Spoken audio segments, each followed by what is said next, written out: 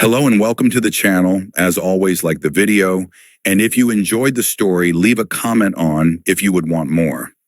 This fan fiction was not created by me, but in the description there is a link to the fanfic so you can show your support to the creator and read along.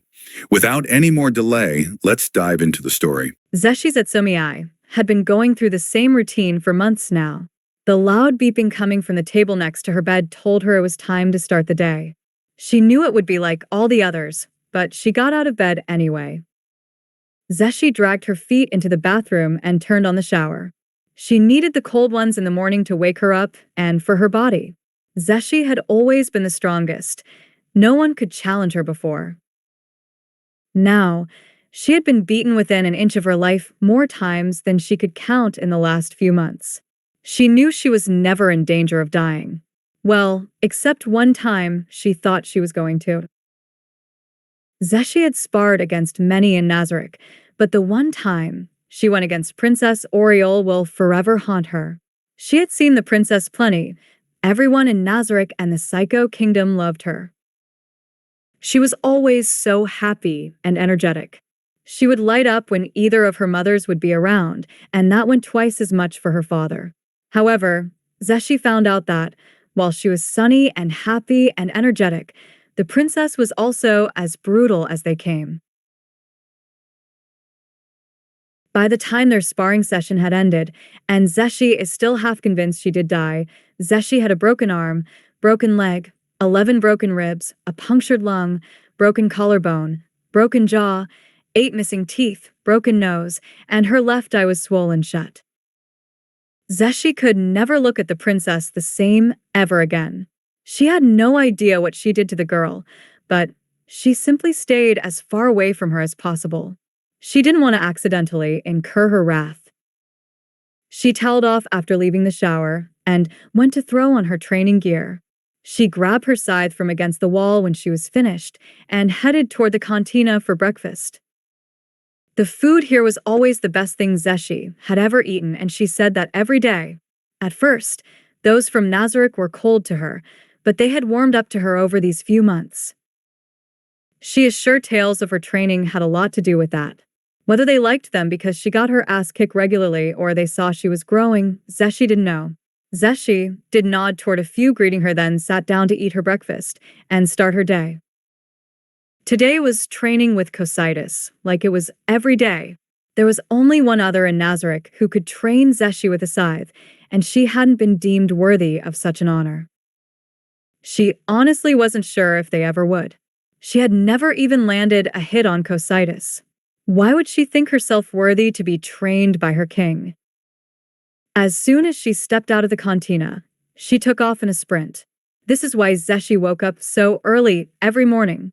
She was required by Cocytus to get to the 6th floor without the help of magic. She knew the route by now, but it still took her an hour to get there at a dead sprint. The first time, it took her 9 hours to figure out how to get there. It was the first time in her life she could ever remember being exhausted. She was soon exhausted every day, however. When she arrived on the 6th floor, she was greeted by none other than her king, Ainz Olgown, instead of Cocytus. Zeshi always had the same 2 reactions when she laid eyes on her great king: desire and frustration. The desire was easily understandable. Zeshi may have not spent very much time around her king, but she had spent enough time around him to know every woman she'd ever seen had this same reaction to her king. Ainz was, by far, the best-looking man Zeshi had ever seen. The fact that he was also the strongest man she'd ever seen only added to his allure. That ultimately led to her second emotion, though: frustration. Zeshi had searched the world over to find a mate strong enough to her liking. When she finally found him in Ainz, she knew she had almost no chance to have her wish granted and have children by him.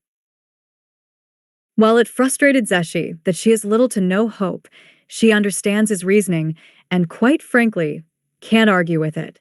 Her king could have any woman in the world he so desired, but those he showed true affections for could only be described as powerful. Both of her queens not only possessed a strength Zeshi didn't believe she could ever achieve, but they both were also everything Zeshi would never be as a woman. She'd never have a face with a quarter of the beauty they did. She'd never have the elegant grace and queenly demeanor they had. And she certainly would never possess the womanly assets that either queen possessed. Even his mistress, Albedo, was leagues ahead of Zeshi in everything she just named about the queens. Her king was adding more women as well, and she thought she might be able to wiggle in there considering the power of Lupus Regina and Narbril, but that was quickly going out the window. Zeshi was stronger than Lupus Regina and Narbril when she arrived, but she didn't know if that was the case anymore. Both of them had continued to get stronger and stronger while Zeshi was stuck sparring day after day with Cositis. Zeshi couldn't be certain, but both of them had an aura around them now that nearly matched Zeshi in power. A scary thought considering Zeshi knew they were both magic casters. But none of that mattered now. There was no Cositis in sight, no Seabass, no Shaltir, no Oriole, only her king. No matter how long this lasted, Zeshi was going to savor every moment of it. She sped right over to him and took a knee in front of him. "My king." "Rise, Zeshi. It is good to see you. I hear your training has gone well, and you haven't taken a day off since arriving. I only wish to get stronger to be worthy of my king, your majesty." If Ainz had a yen for every time he heard a woman say that since arriving, they wouldn't have needed to raid all those guilds on Yggdrasil's last day to fill their coffers. It didn't even affect him anymore. It was simply par for the course. "Yes, well, I've heard you learned that brute force is not the way to win a battle." "Of course, my king, you must use misdirection, feints, and control the battlefield around you. You must always approach every battle thinking your enemy is stronger than you, your majesty." "Very good. Now, I want you to show me what you've learned," Zeshi said Somei. Zeshi watches as Ainz pulls his scythe out of his inventory and is in his armor in a flash. The sight made her want him even more, but it was drowned out by her excitement. She finally got to spar with her king. She immediately jumped back and got in her stance. Ainz seemed to be studying her. She knew he was probably trying to guess her fighting style, but he'd be in for a surprise there. Cositis knew so many styles, Zeshi couldn't name nearly half of them, but she incorporated moves from all of them into her own style. However, before she could make a move, Ainz rushed her. Zeshi saw the blow coming and brought up her weapon to defend, but it wasn't nearly enough to stop his power. Their weapons collided, and Zeshi gripped her weapon tightly as she slid back from the power in his blow. She didn't stop until she was nearly 30 feet away from Ainz. Zeshi didn't get a moment's rest as Ainz rushed forward again, but this time, Zeshi sprung forward as well. Ainz swung at her, but this time Zeshi twisted her body. Flow acceleration.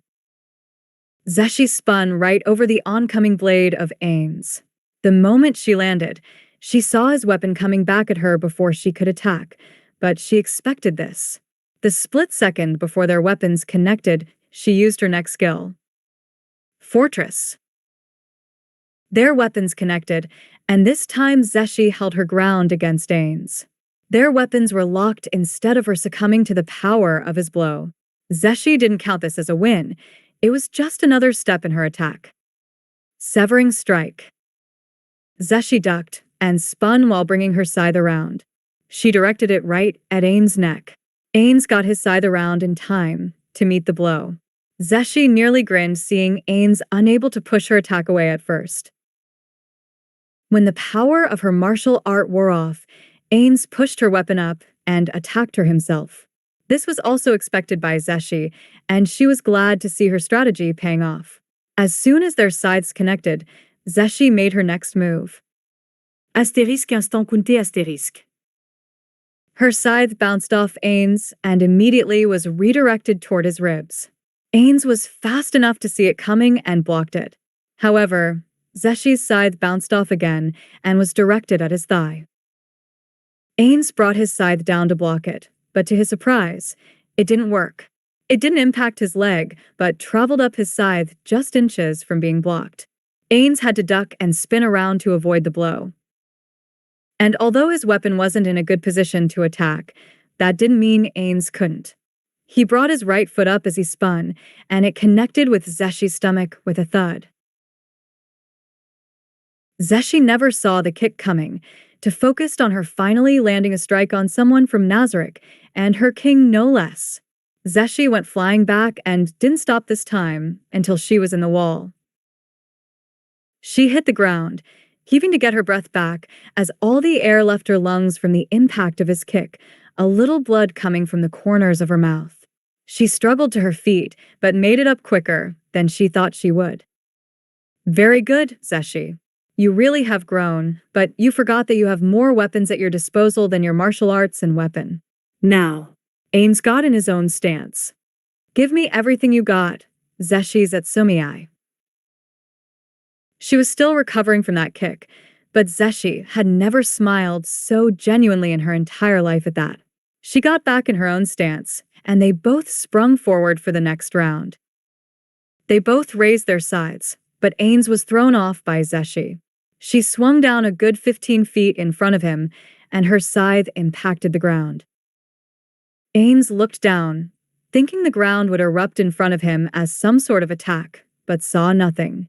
When he looked back up, Zeshi was horizontal with the ground, both of her feet coming right at Ainz's face. Ainz ducked out of the way and went to attack Zeshi and end this for leaving herself so open, but that never happened. At the last minute, Ainz saw Zeshi's scythe trailing her body still facing the ground. He had to put his hand on the ground to get low enough to prevent the scythe from slicing his neck. When Zeshi's feet hit the ground, Ainz pushed himself up and spun to face her. He had no time to praise her attack as she was back on him in an instant. Left, right, high, low, middle. Zeshi had no discernible attack pattern, and Ainz was surprised at her speed. Haste boost. Right as Ainz was about to counter her and knock her weapon back, Zeshi sped up even more. Ainz couldn't believe how fast she was going. It was the first time he'd fought anyone from the New World and had to put some effort into it. The moment Zeshi slowed down once more, Ainz threw a roundhouse kick at her face. Zeshi ducked under it and spun her scythe at Ainz's neck. Ainz saw it coming, ducked down, and sprung forward the moment the scythe passed. Zeshi didn't have time to defend this time, as Ainz's knee collided with her chest. The impact was so hard, her back bounced off the ground only a moment after his knee impacted her chest. Zeshi bounced and felt something grab her ankle, and she was flying through the air once more. She had enough presence of mind to try and get her feet on the ground, and just in the nick of time. Zeshi saw Ainz waiting for her flying body. His hand was balled into a fist, and his arm was extended. She knew he was about to clothesline her into oblivion. Zeshi managed to get a foot on the ground and twist her body underneath Ainz's attempted attack at the last second, though. She slid to a stop and didn't waste a moment to counterattack. Spring attack. Zeshi was on Ainz in a moment. She was going at him again, as fast as she was before. Ainz knew this attack, though, and when the fifth and final attack of the martial art was about to happen, Ainz prepared for his counterattack only to be surprised by Zeshi. Limit break. Gale acceleration. Bounding assault. Zeshi's fifth attack was followed by her springing forward again instead of backing off to catch her breath.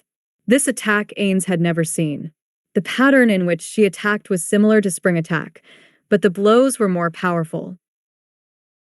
Ainz thought it was the end when he noticed her start to slow down again, but he soon realized that Zeshi wasn't quite through with him yet.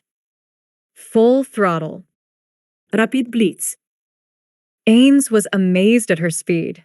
It was the first time he had to focus on blocking, or he was worried Zeshi might actually land a hit. He couldn't keep the smile off his face if he tried. Ainz was defending to see how long the last martial art Zeshi used was going to last, but never got the chance to. Zeshi's martial art was never even finished before she used more of them. Ability boost. Severing blade. The last attack changed her attack angle so drastically, Ainz almost didn't see the attack coming. Zeshi's scythe had been near in his field of vision the whole time, but it disappeared on him, and he sighted it just in time. Instead of working his middle and head area, he saw it coming straight for his thigh. He knew it was too fast to get his scythe around and didn't even have the time to dodge it. That is how fast Zeshi was moving now. Phantasmal Shield. Ainz didn't have many melee abilities, and almost none compared to his spellcasting ability and undead creation, but he did have some. He rarely used this ability, but had no choice unless he wanted Zeshi's attack to land. Ainz didn't want to feel what that upgraded Severing Strike martial art felt like, so he used this ability for the first time in the New World. The reason Ainz didn't like using this skill was the position it left him in.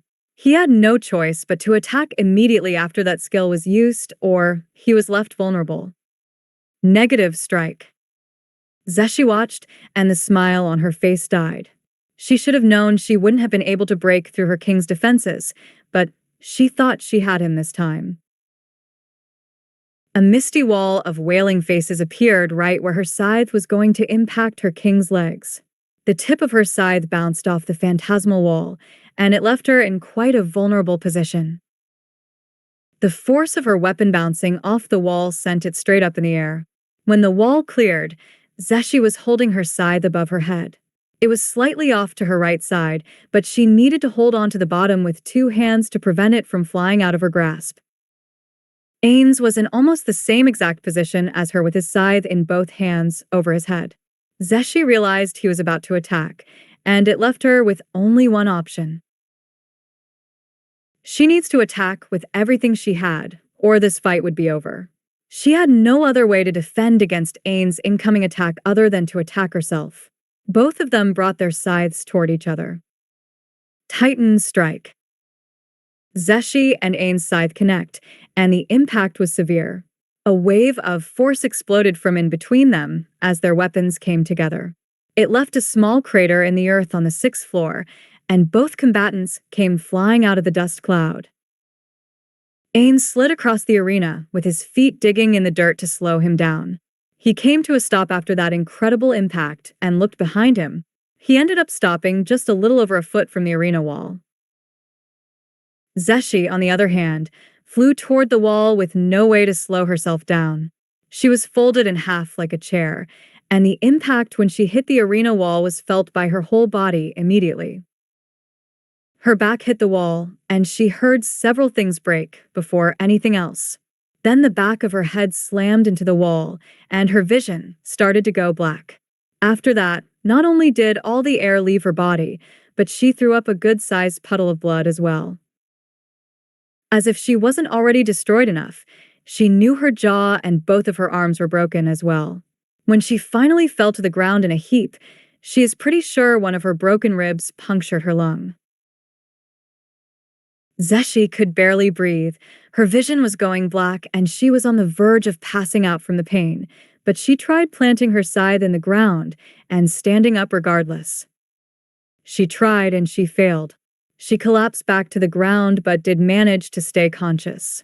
She noticed her king walking toward her as she struggled to her feet a second time, but she saw something in her near-unconscious state that she'd remember forever. Her king was walking toward her with a genuine smile on his face. Her king used his charming smile all the time to throw off others or get his way, but this was not one of those smiles. It was one of the ones he rarely gave to anyone. She'd only seen it directed at 2 people who weren't from Nazarick, and now she could say she was number 3.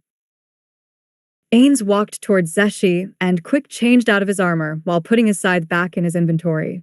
The smile was definitely genuine as he walked towards Zeshi. It was from their spar, and Ainz, realizing Cocytus wasn't wrong. Cocytus walks into his king's office and immediately feels at home. Cocytus knew his king was considerate enough to lower the temperature in here when Cocytus was summoned to speak with him. Cocytus knew he had the greatest leader any warrior could ever ask for. Cocytus took the offered seat on the couch in his king's office directly across from him. It was rare to be summoned directly to Ainz's office for a meeting. He usually sent a subordinate or a message to be read and responded to. Cocytus, it is good to see you. How have you been? I keep you so busy around here, I rarely get to speak with you anymore. Cocytus was touched by Ainz's words, and Cocytus loved that his king put so much faith in him. He made sure to let him know with his words. I am, well, your Majesty. Yes, well, you have learned much about governing from ruling the lizardmen, and there is no greater weapons trainer in all of Nazarick Cocytus. You have polished and refined the skill of almost every fighter we have at our disposal. I know Princess Oriole looks forward to training with you before every session. I am grateful For your words, my king. It is the honor of my life. to train the Princess in the art of melee. Koba, but I must say I learn many more tactics from my princess than she learns. from me, my king. You think too little of yourself, Cocytus. You have turned our little divine spellcaster into a good enough melee combatant that I'm going to allow her to take part in battle without anyone assigned to watch out for her. Plus, she tells me all the time what an honor it is to be trained by you. Now, I called you here to ask about one particular trainee of yours. How far has Zeshi's Atsumii progressed in her months here? She has grown Greatly, my king. She now thinks at least 3 strikes ahead and has gained several martial arts since the start of our training. she has gained 2 new Defensive martial arts and 2 new attacks that are quite powerful. Powerful to her or powerful to us? I would say both, my king. They both have the power to stop one of my attacks. at full Power. Cocytus didn't miss the eyebrow raise or the look in Ainz's eyes that said, seriously? just A physical. attack from me, my king. Ido Not believe. It. would stop my attack if I used one of my own abilities. in Conjunction. with my Natural. Physical. Attack. Never once in Cocytus's life would the memory of what happened next fade at all in his mind. He remembered every moment and word of what his king did and said next. Ainz got up from the couch and went to Cocytus. He placed his right hand on his cold shoulder and rubbed right between Cocytus's antennas with his left. You have made us all proud, Cocytus. Nazarick could not ask for a finer warrior in its ranks. I have both a reward and a task for you that you will have some time to prepare for. Anything you desire, I shall do, my king. Now that most of those you trained will be out of Nazarick, I want you to train yourself, and do so with Seabass as often as you are able. I know you are itching for a true test of your abilities, and one may present itself soon after we handle the Roble Holy Kingdom. my King. I am going to confront the Council of Dragon Lords after we have dealt with the Holy Kingdom, and you shall accompany me along with Seabass. As far as we can tell, the Dragon Lords are the only ones capable of giving us a real fight if they align together and attack us as a group instead of individually. If that comes to pass, I should wish for no one but the best to fight for my life with, and you are one of those people, Cocytus. Cocytus had been so humbled and honored, he threw himself at the feet of his king and cried, The moment finally displaced Princess Oriole calling him Uncle Cositus as his favorite memory of all time. Ainz knew Cositus was fair in his assessment now. Zeshi was leaps and bounds better in combat now than she was. Ainz had wiped the floor with her last time.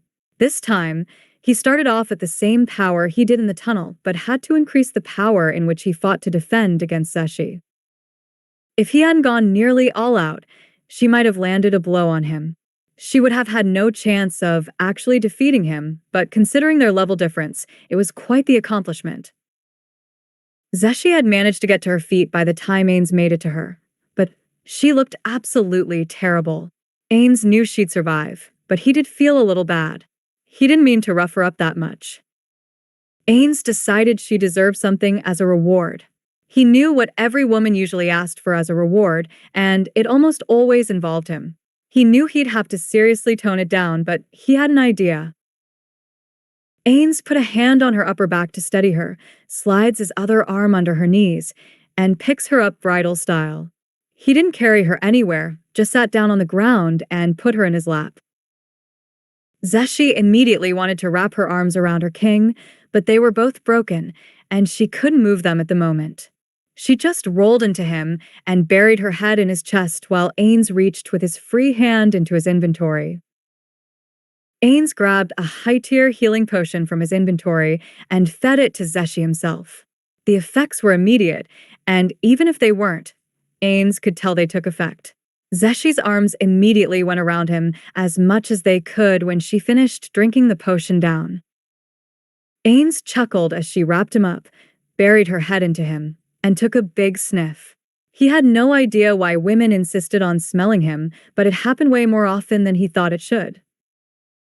It wasn't just women like Zeshi or Drawdalin, who he caught sniffing him while they danced at the victory feast. Taylar did it, Albedo did it, Rubido did it, they all did it. He'd smelled himself nearly 1,000 times trying to figure out what the hell they smelled. He still had no idea. Ainz gave her a couple of minutes like that before he picked her up and set her down. Zeshi did let go, albeit reluctantly. The smile she had was hard to miss. Ainz doesn't think he's ever seen her smile quite that wide. Cositus spoke true, Zeshi. You have grown quite a bit. That was a very good spar we just had. Thank you, Your Majesty. I only desire to get strong enough to be worthy of my king. We may see how strong you truly are shortly, Zeshi Zetsumiai. Tell me, the first time you used your weapon to train in Nazarick, did it feel different to you? Yes, it felt. I felt more in tune with it, my king. Your weapon's potential is the same as the one I wield, Zeshi. However, you had never been bonded to your weapon previously. As such, it could not grow with you. But after our spar, I believe you have the will to survive the next step if you feel ready to take it. Survive it? Yes. I suspect you will experience more pain than any person ever has in their life during this process. I do believe you are strong enough to survive. The question is, do you? While Ainz waited for Zeshi's answer, a thought went through his mind staring at her. At least, Demiurge said she'll survive it. He may just think she can to see what happens. You can never tell with him. While they had done their best to curb his more sadistic tendencies, Demiurge was still very much Demiurge. While they had all changed, all of them still had things about them that others would see as pure evil. Ainz still tortured people with Albedo from time to time, and the woman was pregnant. I shall not let you down, my king. Ainz watched Zeshi swallow nervously, but looked resolute to accomplish this. Ainz knew the process to have something usually only those from Yggdrasil could do, such as a bonding ritual, were possible without the blood oath from Nazarick. Demiurge had already accomplished it a few times experimenting, but he was curious to see it himself. If you believe yourself ready, Zeshi, take my hand. Greater teleportation. Zeshi didn't hesitate, and they disappeared the moment she took Ainz's hand. She was very disappointed he let go immediately after they arrived, but had her eyes widen in surprise where they were now. She was in the throne room of Nazarick, and there were hundreds, if not thousands, of beings present. The only ones she could see that she knew she could defeat were the Death Knights. All the other undead, dragons, demons, devils, and many other races looked and felt to be more powerful than she was. Zeshi, Zetsumiai. Zeshi turned her head to the sound behind her and saw both of her queens sitting on their thrones. Princess Oriole stood by her mother while Lady Albedo was standing beside her sister. It seemed as if every powerful being in Nazarick was present for what was about to happen. My queens, Princess Oriole, Lady Albedo. Zeshi may wish nothing more than to be with her king, but she also quickly knew her queens, princess, and ambassador deserved her respect as much as her king did. She took a knee immediately upon seeing them seated there and didn't move until Albedo spoke. Rise, Zeshi. It is a momentous day for you, and for Nazarick. We shall see if you can become the first to endure a ritual meant for those whose power is far greater than those of this world. I shall not disappoint you, my queen. Zeshi turned back to her king to complete whatever it was she needed to. She had already set her will to complete anything, but the slight head nod she noticed from Cositus made her almost as happy as her king praising her combat skills. Her king stood there with her weapon in one hand and his in the other. She took her weapon when it was offered and saw her king reach into his robe to pull something out. It was a clear vial with a red liquid. It looked a lot like... You must have the blood of Nazarick for this task, Zeshi. As you are not bound by blood, you must somehow possess it to start the ritual.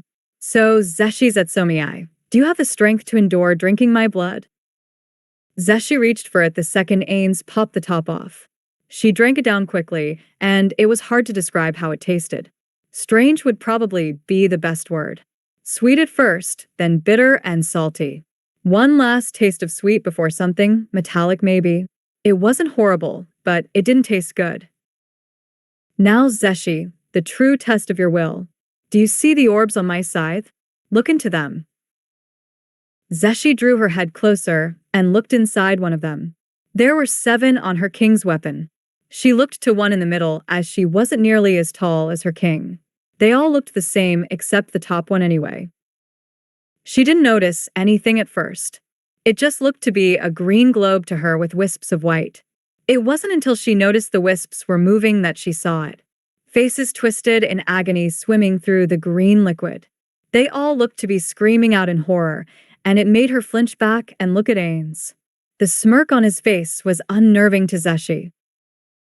The souls of all those slain by it, Zeshi Zetsumiai.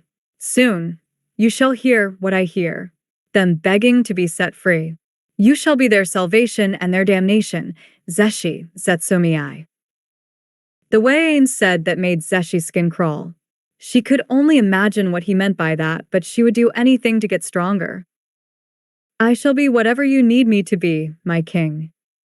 We shall see. We shall see.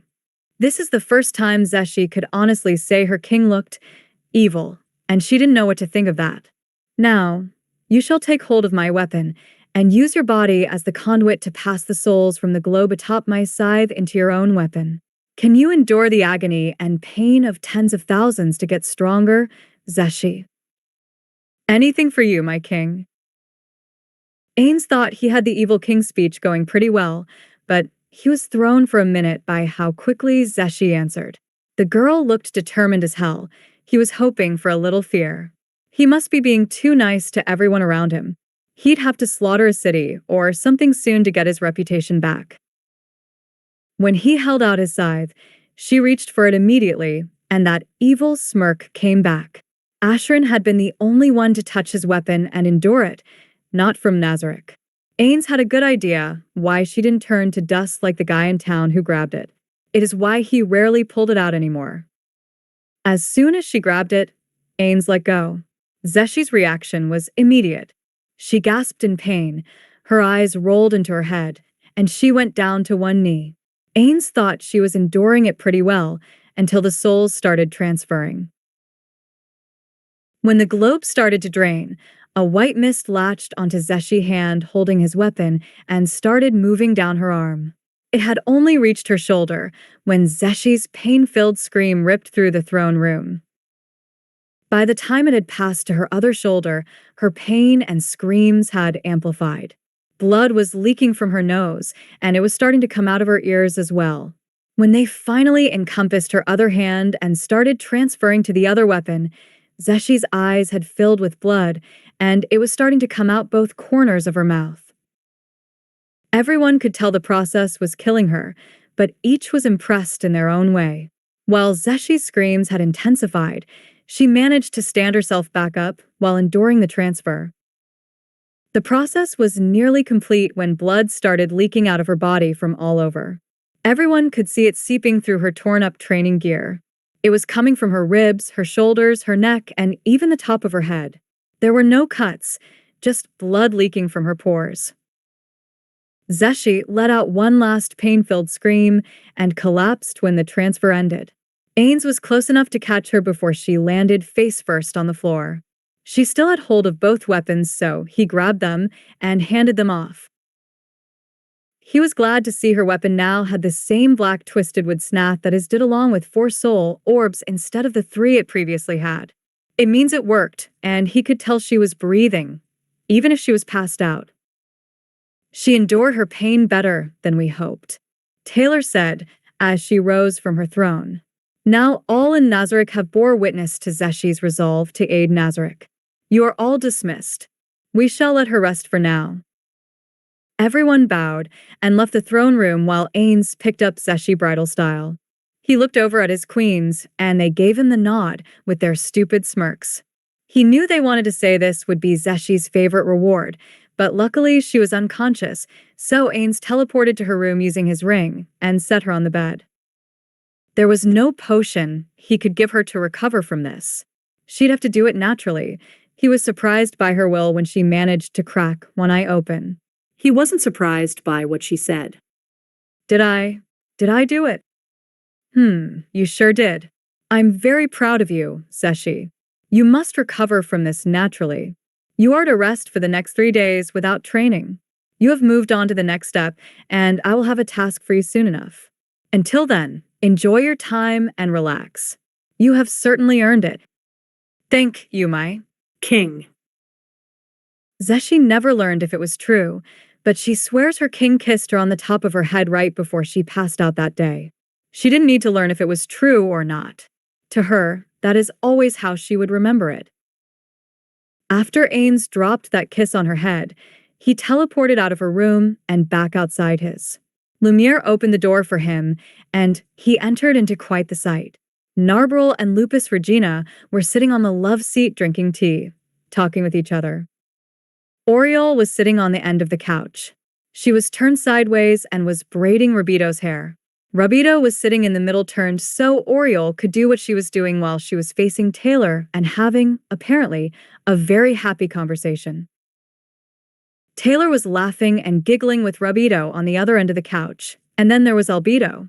She was in a chair by herself, her feet up on an ottoman, her right hand rubbing her belly, and Ainz could hear her speaking softly to their children. I can barely ever get more than 2 of you together at once, and now, all 6 of you have been together twice in less than a week. Is this some momentous occasion I'm going to get yelled at for forgetting? Ainz got a giggle out of all of them, even Narbril, as he went around kissing each on the forehead. It truly was strange to see all of them together at once. Ainz thought the victory feast in the Draconic Kingdom would be a very rare event, but here they all were again, less than a week later. It is very momentous, my love. Ainz raises a brow at Taylar when she said that. He was curious now. For some reason, every woman in the room was now on the edge of their seat except for Taylar and Rabido. They had stood up, linked arms, looked at each other, and then smiled at Ainz. He had no idea what it was about until Rabido and Taylar both opened their mouths. We're pregnant. Ainz stilled for a moment, letting the words sink in. He thought he heard them wrong at first, but their smiles were undeniable. Before either could see his reaction other than frozen for a moment, both of them were lifted off the ground. Ainz had Albedo up in his right arm while Taylar was currently in his left. He couldn't help but laugh and give them each a kiss. It seemed victory over the beast men was not the highlight of Ainz' week anymore. Albedo and Taylar were happy as well, but when Ainz set them down, they saw he was panicking now. Oh shit. Are you both having twins as well? I'll love them either way, but 6 babies. Gods. How the hell am I going to dash? Ainz, he stopped his rant when Taylar yelled at him. As far as I can tell, only 1 each for us. The smile came right back to Taylar and Albedo's faces when Ainz blew out a breath and smiled at them once more. Neither could stop the giggle that escaped their lips though, and they certainly didn't protest when Ainz grabbed them both again and embraced them. Today was the day Ainz left for the Dwarven Kingdom. Ainz thought about delaying his trip because of what he learned a few days ago, but he had already delayed this to head to the Draconic Kingdom. Plus, Ainz wanted to meet the dwarves. He really wanted to see if they were like dwarves from his world's fantasy settings. Ainz would honestly be a bit disappointed if they weren't all loud, gruff, and loved to drink. He had high hopes of drinking with some dwarves. He really hoped he wasn't disappointed. Ainz thought of changing up who he brought with him, but ultimately decided to stick with who he originally intended to bring. As such, Shaltir and Aura were still coming with him. Ainz didn't just want Aura to learn how to handle diplomatic situations early on, but she was also supplying the mounts for their entire party. Shaltir was much the same. Ainz wanted her to see diplomacy in action, and hoped she'd learn that killing everything or everyone that disagreed wasn't the only path. She had done a great job filling in for Albedo in different roles. Ainz hoped she'd learn even more on this trip. They had agreed a while ago that they would do a proper royal progress when going on diplomatic missions, but Ainz didn't really have a choice anyway for this one. Ainz had no idea where the dwarves were. All he had was the lizard man, Zenbaru, who had stayed in the dwarven city years ago as a guide. Even if he wanted to, Ainz couldn't just teleport to the dwarven kingdom. After they had picked up Zenbaru from the lizard men tribes, they allowed him to take the lead. Zenbaru was a decent guide, but Ainz thought a few times he might just be winging it in his directions. They had to camp twice, and Ainz was a little frustrated. He hoped to make it to the dwarves by the first day, but they did finally find what they were looking for on the 3rd day. He knew he could have sped it up by using control amnesia on Zenbaru, but he didn't want to resort to that. He had gotten pretty decent at sifting through others' memories with it, but better safe than sorry with an ally. Zenbaru said it was the entrance to the city, but it looked like a crack in the mountain to Ainz. No guards were stationed here, and no one answered when they called out. Ainz eventually sent some Hanzos in, and they returned with some news Ainz wasn't expecting. Master, we have done an initial sweep of the city. We found no signs of life within it. Everyone is dead? We do not know, Master. There are no bodies or blood we could see. It appears the city may have been abandoned. Ainz had the Hanzos fade into the shadows as he went to take a look himself. He'd be pissed if the dwarves were extinct. He really wanted to drink with them and see how they made rune-crafted gear. Ainz had the Hanzos direct him into the city and looked around himself. Once inside, it certainly looked like a dwarven city as he would picture it, but it was completely run down and abandoned. It seemed as if the Hanzos had been correct in their assessment. Ainz sent the Hanzos to scout more areas while they looked around the city, but Ainz, Aura, and Shaltir didn't find much of consequence. The only thing of somewhat significance was footprints, but they were old. It wasn't until the Hanzos reported back that Ainz had some hope. They heard what they thought to be someone mining something. Ainz sent Aura to try to bring back the person mining to speak with him, and wasn't disappointed. First off, Aura talked him into coming back with her and didn't just force him. The second was that it was an actual dwarf. He was starting to think there were no more dwarves, but here one stood in front of him. Your Majesty, may I present to you Gondo Firebeard of the Dwarven Kingdom. Ainz could tell the dwarf had been looking around warily upon exiting, but it changed to pure panic when he laid eyes on Ainz. It probably had to do with how Ainz always spread his wings when he was first introduced as a king. He didn't know why he did it, it just kind of happened.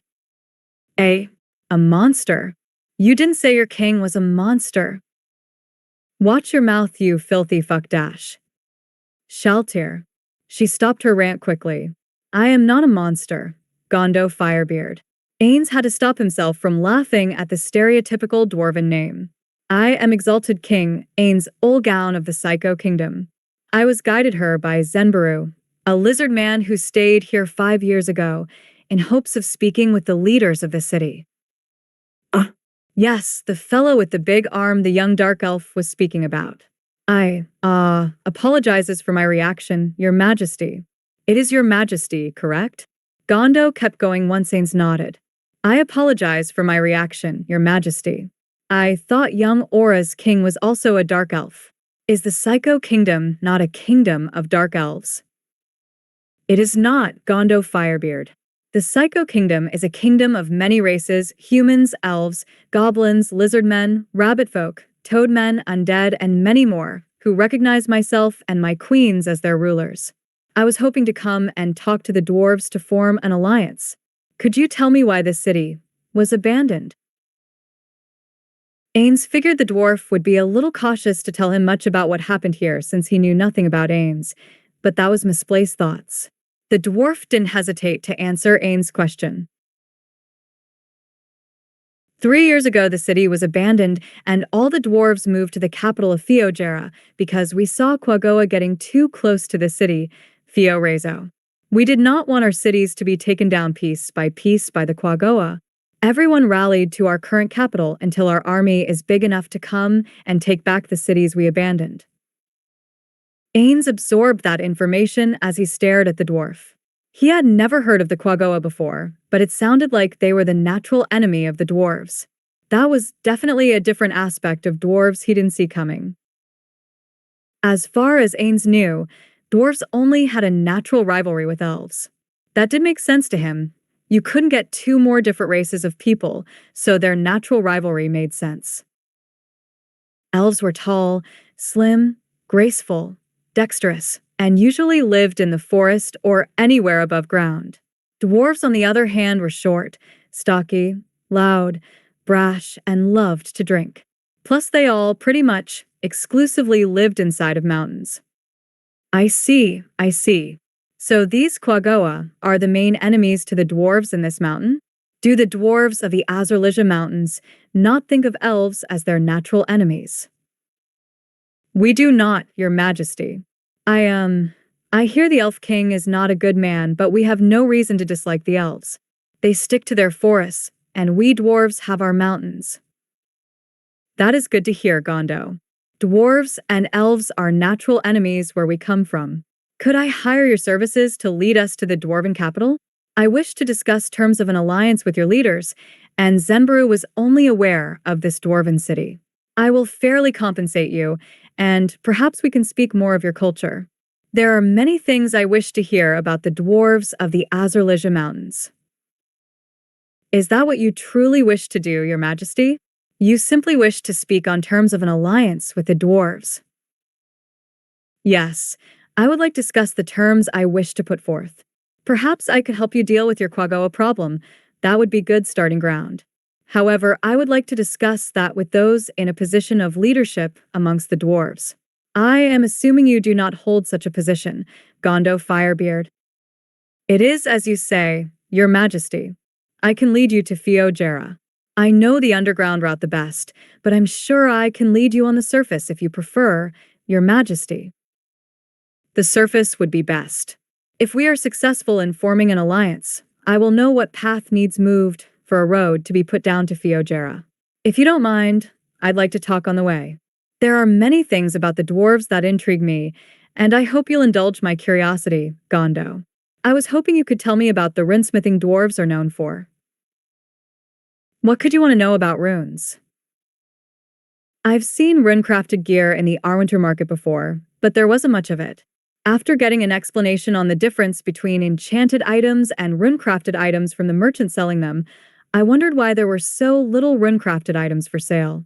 From the merchant's explanation, I believe it would be much more cost-efficient to produce rune-crafted items instead of enchanted, but there were only a few rune-crafted items. I wondered why that was. Ainz noticed immediately that Gondo's expression went from one of confusion to excitement. He knew he had the dwarf hooked into explaining runecraft, but didn't understand why until they spoke some more. Exactly. Runecrafted gear is so much cheaper to make, but everyone just gave up on it. I've made it my mission in life to bring back runecraft. I know there are 90 runes, but most of them have been lost to time. I've been trying to develop a new method of smithing to decrease the time it takes to craft a rune and develop new ones. Ainz was grateful for the dwarf's excitement.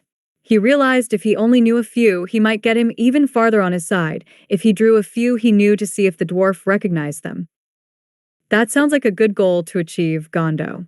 I'm no runesmith myself, but I am familiar with runecrafted gear. I remember these ones. Ainz started drawing in the dirt, and Gondo watched with rapt attention. Ainz only drew 5 symbols, 2 lesser, 1 middle, 1 upper, and 1 top tier. Ainz wished he could take a picture of Gondo's reaction when Ainz leaned back and the dwarf could see. He thought for sure his eyes would pop out of his head. Those are the symbols for fire and ice, and the symbol for weight manipulation, but those other two. I've never seen them before. Are those upper tier runes? You are half correct, Gondo. That first one there. Ainz points to the one that's an oval with a line sideways through it and a wavy line vertical through it. Is the rune for metal line. It is for weapons, and it gives the weapon all metal properties. It is an upper rune, but the other one is not. Ainz sees him deflate, but he knows that will change in mere moments. Ainz is worried he might actually give this dwarf a heart attack when he tells him what the last rune he drew was. He'll have to keep it to himself for now that Ainz is aware of 110 total runes, and not the 90 Gondo believes is the max. That's second rune. Ainz points to what looks like a jagged circle with 5 lines coming from the bottom. Is the rune for magma surge. It is also for weapons and allows for a weapon to spew molten rocks and fire when critically hitting an enemy with it. That isn't an upper rune, it is a top tier rune. Ainz would never forget Gondo's reaction or that rune. Almost every melee avatar in Yggdrasil sought out someone to craft that rune on their weapon. It was hard to pass up having a tier 10 spell go off every time you crit on someone and a 5% chance every other time you swung. Gondo's reaction was nearly along the lines of what Ainz thought would happen. The dwarf passed out face first in the dirt. Ainz checked he was alive. Aura got to slap him awake. He could tell she'd wanted to do it for a while like Shaltir, but he knew Shaltir would probably take it too far and accidentally kill him. He couldn't take that risk, so Aura got the honors. The dwarf was still in a stupor, but it didn't last long. Ainz heard him muttering immortal angel, lost knowledge, and all other things while he was in his own little world before Gondo started speaking. Ainz was intrigued by everything Gondo was saying. It was as he thought. Everyone seemed to give up on runecraft even though the cost was a fraction of the price for enchanted gear. He heard the history, Gondo's ridiculous self-title, and all about Gondo's father and grandfather. It didn't take Ainz long to realize Gondo would do anything to bring back runecraft, and Ainz only waited until the dwarf finished speaking to make his pitch. He thought it'd be harder to convince him to come to Karn, but the dwarf literally offered his soul to Ainz for funding for runecraft and agreed to help him bring every runesmith he could to Karn. If Ainz got nothing else out of this trip, he would consider it a success. Even if the dwarves wanted nothing to do with him, he just lowered the cost of a lot of their needs for the Psycho Kingdom. That was provided Gondo could come through on his end. It wasn't always a sure thing, but Ainz was heartened by the dwarf's passion. He probably put more belief behind those thoughts than he would have normally. They were finally about to leave the tunnel when Shaltir stopped him. My king, the Hanzos are reporting they have spotted a group of 110 coming this way. They believe it to be the Quagoa that Gondo described, Your Majesty. Ainz didn't miss that Gondo looked worried about that. It didn't seem like a small group to him. It would be a good way to get information directly from the Quaggoa if they could capture them. Shaltir, I want you to capture all the Quaggoa. Can you do that? If that is your will, your majesty, I shall carry it out. It is Shaltir. Do you know why I want you to capture them and not kill them? So we may question them, and they cannot spread word of our presence, my king. Ainz smiled at Shaltir, and she swooned, unable to help it. Ainz smiled because she was correct. He didn't know if she left out the other reason on purpose or simply didn't know herself, but it was the perfect answer. Correct, Shaltir. We must understand why they are here. I shall leave you to your work, Shaltir. I look forward to seeing how you handle this situation. Ainz gave Shaltir the reins to test what she had learned over all these months, and he wasn't disappointed in the slightest. Shaltir not only managed to capture every Quaggoa alive, but she also went about her interrogation the correct way. She singled out a terrified Quaggoa, had him sell out his leader, and then charmed him to get all the answers they needed. Ainz was grateful all that time he had Shaltir spend with Demiurge, and Oriole had paid off for her. He was sure the Shaltir from when they came here would have slaughtered every Quaggoa there without hesitation. Ainz expected Gondo to turn pale or panic at the news the Quaggoa were about to attack his capital and possibly take it over, but it never came. The dwarf just shrugged his shoulders, and then Ainz remembered the dwarf offered him his soul already. He probably wouldn't care what happened to the others. Ainz also saw Shaltir give him a look when Gondo seemed unaffected by the news. He didn't know what to make of it, but he was sure she had a look he never saw. He had seen the awe from her plenty of times, but he's pretty sure he saw fear flash in her eyes, and Ainz couldn't understand why. Once Shaltir had all their new prisoners back at Nazarick, they made haste toward Fiojera. If they truly were attacking today, Ainz knew there was nothing he could do. However, if he could save a few rinsmiths, it would be worth the travel. Gondo told them it would take 5 or 6 days to reach Fiojera from underground, but with Aura's magical beasts as their mounts, it only took them less than a day to come to the fortress Gondo told them about on the outside of their capital. Ainz walked up alone to talk with the dwarves outside in the fortress. He pulled out his little white flag he used to parley with Koa, king of the beast men, and explained to the dwarf that came out how he came to be here. The dwarf looked skeptical at Ainz's intentions, but he told him all he could. How they met Gondo, what they learned of the Quaggoa, and why they were seeking out the dwarves. Gondo and the others had a back and forth about the best alcohol that made Ainz smile. After that, it didn't take much convincing to have the dwarf go down into the city and tell them of Ainz's arrival. Ainz has no idea how long he waited. He got bored and started looking through his inventory at different items. So far, everything had functioned as it did in Yggdrasil, but he wanted to check on items he hadn't yet. He tried to do this as often as possible, but he still had a long way to go to get through it all. Ainz had been a hoarder before the last day of Yggdrasil. His inventory probably tripled that day, and he only dropped off a decent amount of his gold and the world items in the treasury. Ainz was holding the staff he planned to gift to Narbril in his hand to make sure it worked properly when he noticed he had been joined by 3 dwarves that were not there before. For some reason, they were sitting on the ground instead of standing. Ainz didn't speak until he had helped them up from the ground. He really didn't want to sit on the ground to talk. I am Exalted King, Ainz Olgown of the Psycho Kingdom. Are you the chosen representatives of the dwarves to speak with me? I'm in charge of the military. Ainz was slightly disappointed in that. The man seemed to be a little too on edge for Ainz liking to be in charge of the military. The dwarf seemed like he would jump out of his boots at any moment. However, Ainz knew he'd have to play the perfect diplomat to move this forward. I suppose in times such as these, it would be a good idea to speak with the commander. I am at least grateful the Quaggoa have not overrun your city yet. After we learned of your situation, I feared my hope of creating an alliance with the Dwarven Kingdom would be over before it could begin, Commander. So you already know why I came? Of course, your situation is obviously dire if you came out to talk with me while your city is being sieged. I'm sure you would be more useful giving orders to your men instead of talking with me if your need wasn't immediate, Commander. We have already halted the Quagoa advance and are trying to hold them back now. And how is that going for you, Commander? We're holding, but I have other questions. They told me you learned of this attack from some captured Quagoa you have.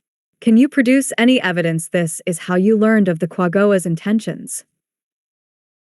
Ainz had tried to be cordial and diplomatic toward this commander, but his patience was wearing thin. He narrowed his eyes at the dwarf now and was close to dropping the nice king act in favor of the don't fuck with me king. Well, Gondo was present when dash. Material evidence. Yep, nice king time is over. That's all Ainz could think about. He had tried to be nice to this dwarf, but he didn't return the respect Ainz had showed him the whole time. He had enough of this. Ainz rose to his full height and allowed his dark aura to envelop his body. I could produce a Quagoa prisoner for you, Commander. I could also simply point out that your city is under siege, and that is enough material evidence to show you I spoke true. However, Ainz was glad to see the dwarf gulp and take a step back. He was seconds away from splattering this dwarf all over the mountainside. It angers me greatly as to what you are implying by asking such a thing of me. And while I understand showing up unannounced on your doorstep means certain protocols will have to be dismissed, I have addressed you properly as commander this entire time. And yet, you have shown me none of the respect I have shown you. Ainz loves the look he sees on the dwarf now. He can't wait until he finishes to see how the commander reacts. I am a king, and I expect to be addressed as such. While I came here to talk of an alliance with the dwarves, I think I've had enough of your disrespect. I'll leave you to whatever fate befalls your people at the hands of the Quagoa. Ainz was glad to see the dwarf's lip quiver and his eyes widen in shock. He only waited to see that before turning back to his mount. He had barely gotten situated on top of his mount when the dwarven commander found his voice. Wait, I apologize, Your Majesty. The attack was unexpected, and I let it affect me more than I should have allowed it to. I am the commander-in-chief, and I should not be allowing my worry to affect my actions. I apologize again, Your Majesty. I accept your apology, Commander. Good luck with the Quagoa. Ainz turned his mount to leave, but he did so slowly. He got exactly the reaction he was hoping for before he even fully turned to leave. Be but, Your Majesty. Apologies. Will you not aid us, Your Majesty? And why would I do that? It's true I came here to see how an alliance could benefit both our kingdoms, but I've been met with nothing but disrespect and suspicion. I only give aid to those who earned it. You have done nothing to earn my aid, Commander. I apologize again, Your Majesty. Please don't let others suffer for my folly, Your Majesty. The truth is, we are holding off the Quagoa for now, but I fear it will not last long. It is too late to evacuate the city, and I do not want my people to suffer because of what I have done. I beseech you, Your Majesty, will you please lend the Dwarven Kingdom your aid? Ainz was, obviously, going to accept it, but he made sure to make it seem as though he was thinking about it. He liked to see this dwarf sweat after suspecting him of orchestrating this invasion. Ainz waited until it looked like the commander was going to beg before answering. Can you give me your word that my aid will be compensated in some way? It matters not if it is in favorable terms toward an alliance or simple monetary compensation if an agreement cannot be reached. I will, however, require some form of payment. Is that something you can give me your word on, Commander?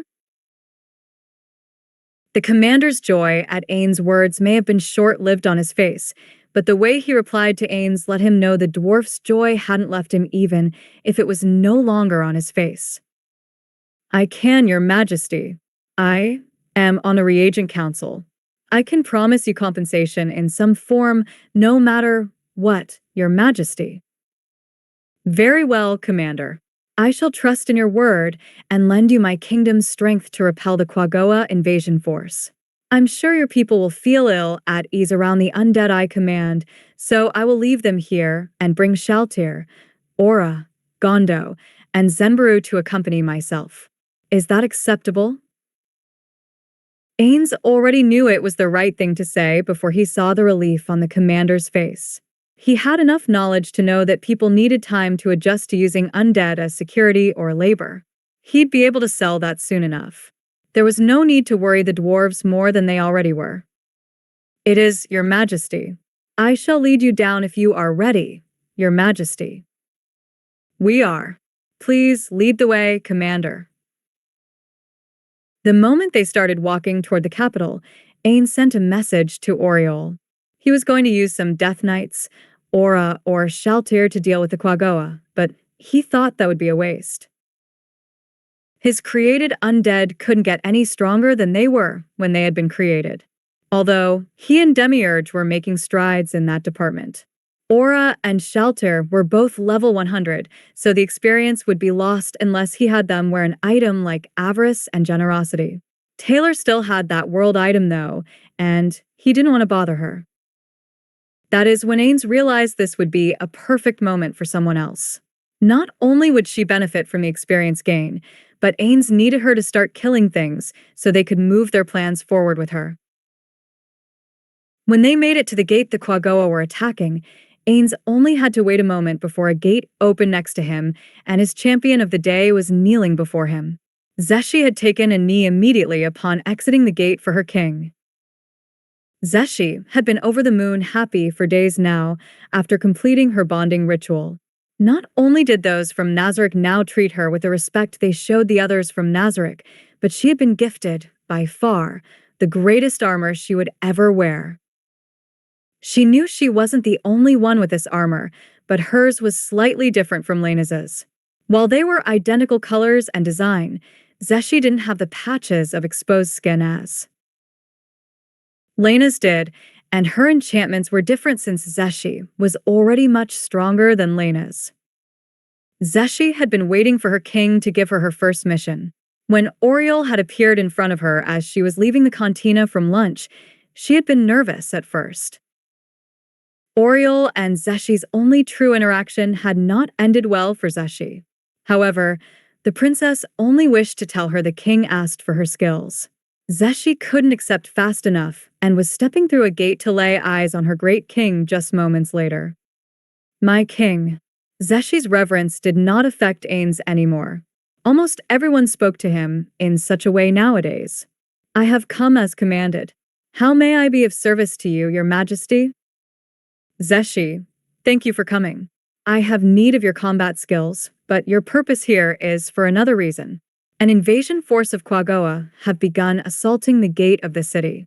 While I know the Quagoa are no match for your skills, it is time you began to harvest the souls required for your weapon.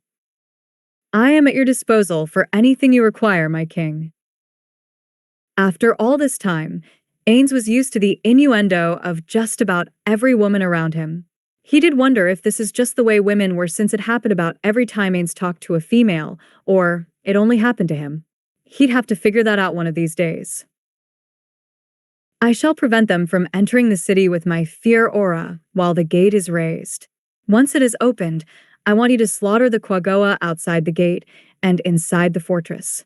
Try and capture their commander if possible, and allow a few to escape, so they may be followed back to where the other Quagoa are hiding. The rest are yours for harvesting, Zeshi. I shall make you proud, my king. Ainz gave Zeshi a nod and turned back toward the commander. He needed to make sure the dwarves were out of range of his fear aura. They weren't going to be immune like Zeshi, Aura, and Shaltir were. Commander, please tell your men to start raising the gate, then flee behind you. I shall use my aura to prevent the Quagoa from entering the city, but I do not believe your men will be able to withstand it as my people can. Once you give the order, please retreat as well. We shall handle the Quagoa. As you command, Your Majesty. The commander gave the signal to open the gate and then, literally, ran about 200 feet behind Ainz.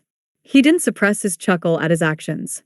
Ainz walked a few steps, Zeshi trailing beside him, and activated his aura. Even with Zeshi's protection, he still saw her shiver when he turned it on, but she didn't flee. It seemed the enchantments on her armor were working properly, at least, that one was.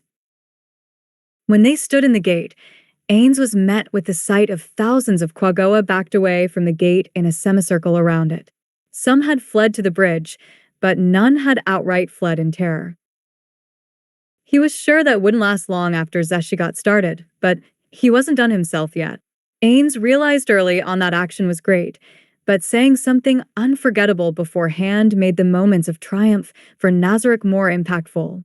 He wasn't going to treat this moment any differently. Quagoa. Ainz spread his wings and arms to make himself seem even bigger than he already was. You have come to Theo Jera to slaughter its inhabitants and take control of this place yourself. You believed you were walking a path to victory with your way around the Great Rift. However, Ainz turns his black halo aura on. You have not walked a path toward victory. You have walked a path straight into the embrace of death. The price of your quest shall be paid with your souls. As soon as Ainz finished, Zeshi moved from his side and sliced 8 Quagoa in half in the blink of an eye. The Quagoa stood around mute for a few moments as they watched their comrades die. Ainz was sure it was because of them withering to ash instead of being cleaved in two and bleeding. Zeshi managed to kill 30 more of them before the panic set in. They tried to flee, but it was no use.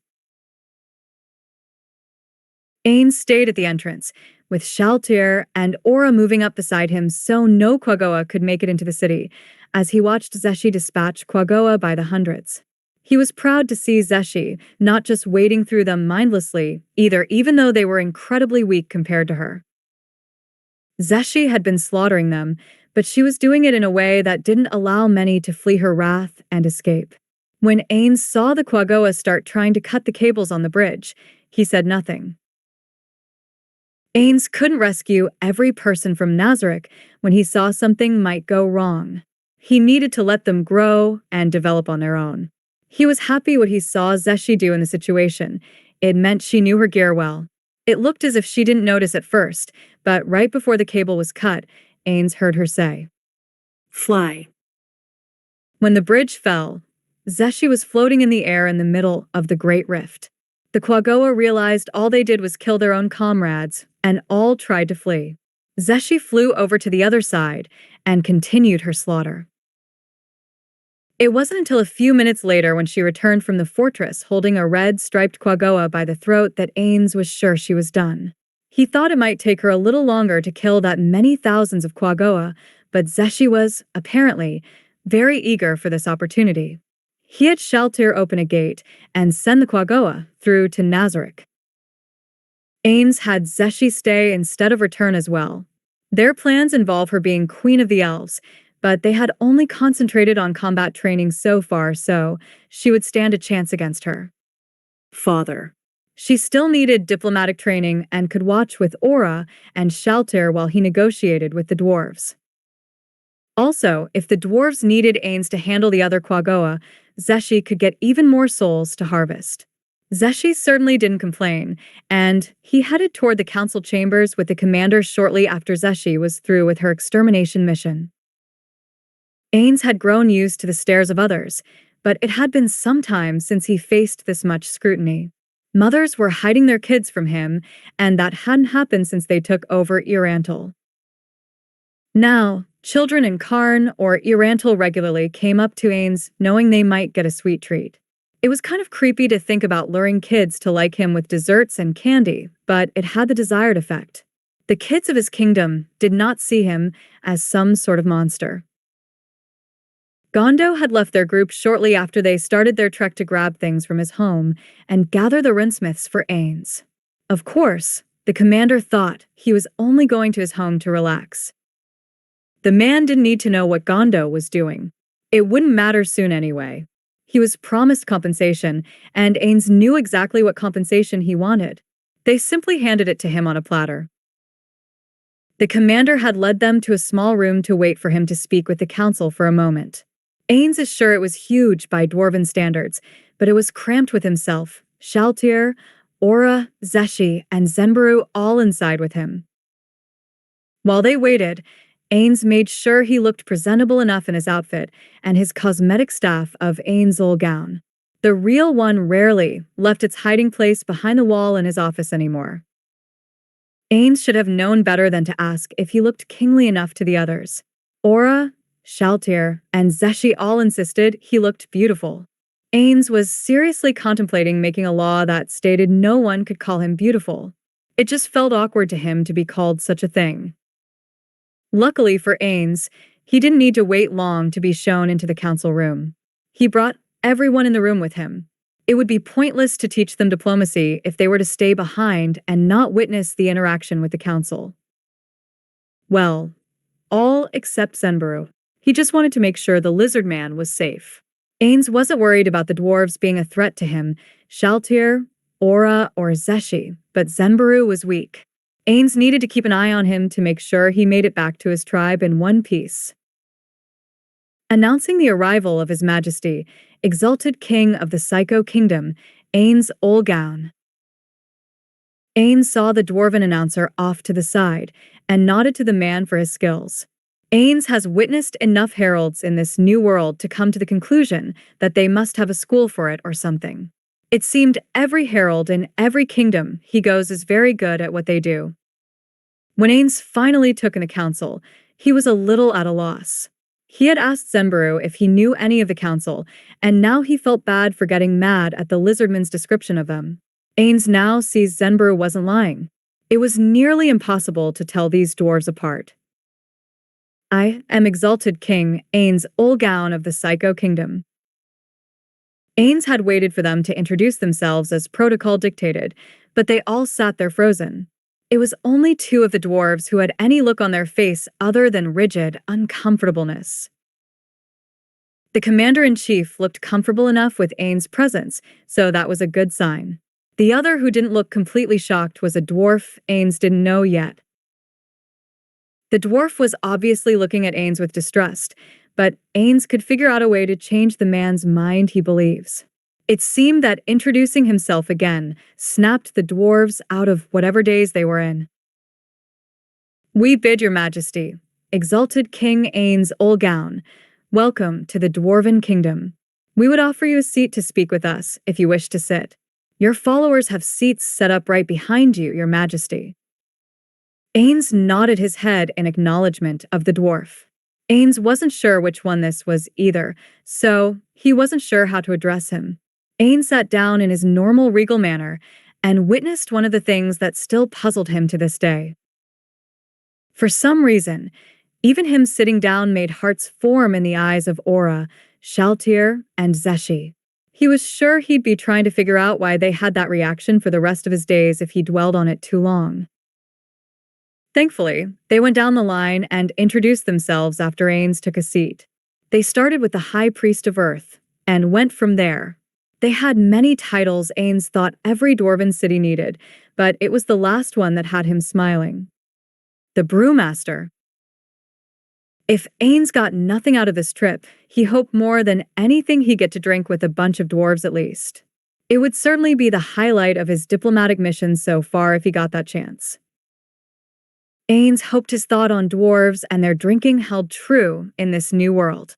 If it didn't, Ainz would probably be more disappointed in that than anything else he might learn or come across in the Dwarven Kingdom. Luckily, Ainz' memory was incredible in this body, so he had no trouble remembering each of the dwarves as they introduced themselves. Ainz also learned it was the master of caves and mines that had been addressing him, and the dwarf wasn't through after his initial welcome. I would like to take this time to thank your majesty for coming to our aid. Without your strength, I fear what would have become of our people. All the other dwarves nodded in response to the master of caves and mines thanks to Ainz.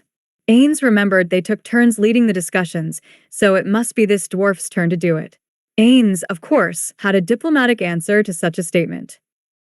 It is common sense to help those in need. Your commander-in-chief should have most of the credit, though. It is not easy to trust someone you do not know to help you through a troubling time. He showed great leadership and understanding accepting my offer of help. Your Majesty truly is a generous being. We would be happy to come to your aid should you ever need it as well, but I do not believe we would be much help to your Majesty. It only took one of your subordinates to handle a problem we could not solve as a kingdom. I did not venture to the Dwarven Kingdom for such aid though, counselors. My kingdom is indeed mighty when it comes to our military might. However, it is other areas we are lacking, and where I hoped we could come to some arrangement between our kingdoms. I see, your Majesty. While we would gladly aid you by whatever means we could, would you be able to tell you the reason you decided to visit our kingdom? The Commander-in-Chief has already informed us, but we would like to hear it from you, your Majesty. Ainz didn't miss that the Master of Caves and Mines narrowed his eyes at him. Ainz understood. It probably looked a little suspicious showing up as he did. However, Ainz had no doubt he could turn their minds around. Of course, Counselor. I came here to initiate friendly relations between our nations. At the very least, I was hoping to show the Dwarven Kingdom they have a friend in the Psycho Kingdom and set up a trade agreement between our kingdoms. Is that so? It is, Counselor. I understand the primary food source of dwarves is mushrooms and meats. Vegetables are too hard to grow in the mountains for you, so you are limited in your selections of foodstuffs. My nation has plenty of vegetables and fruits you could never grow on the mountainside. Since my kingdom is made up of many races, it has the added benefit of many different cultures and drinks, specifically alcohol of many different varieties. Are you interested in the alcohol of other races? When Ainz saw every dwarf perk up, even the one who still didn't look to trust him, at the mention of alcohol, Ainz knew he had most of them hooked. He also made a mental note to make sure and drink with a few of them before he departed these lands. I also hear it is hard for the Dwarven Kingdom to trade with other nations. While you do some limited trading with the human empire to the east of you, it is very little and not frequent. This is another area my kingdom could help you with. It was the Merchants Guild Master who answered Ainz this time instead of the Master of Caves and Mines. Indeed it is, Your Majesty. We are currently trying to develop an unlimited storage capacity, so we may do more trading, but it is coming along slowly. You believe you can help us with these troubles, Your Majesty? Ainz knew he already had the Merchants Guild Master ready to say yes by how enthusiastic the dwarf was talking to him. Now was the time to seal the deal with this dwarf and move on to get others behind the idea of a trade agreement between their two kingdoms. I am the answer to your trading troubles for sure, Guild Master, but I can also offer your people more safety than they could ever imagine to have. I am not referring to my kingdom's military might either, counselors. I speak of labor and travel safety. Could you elaborate on that, Your Majesty?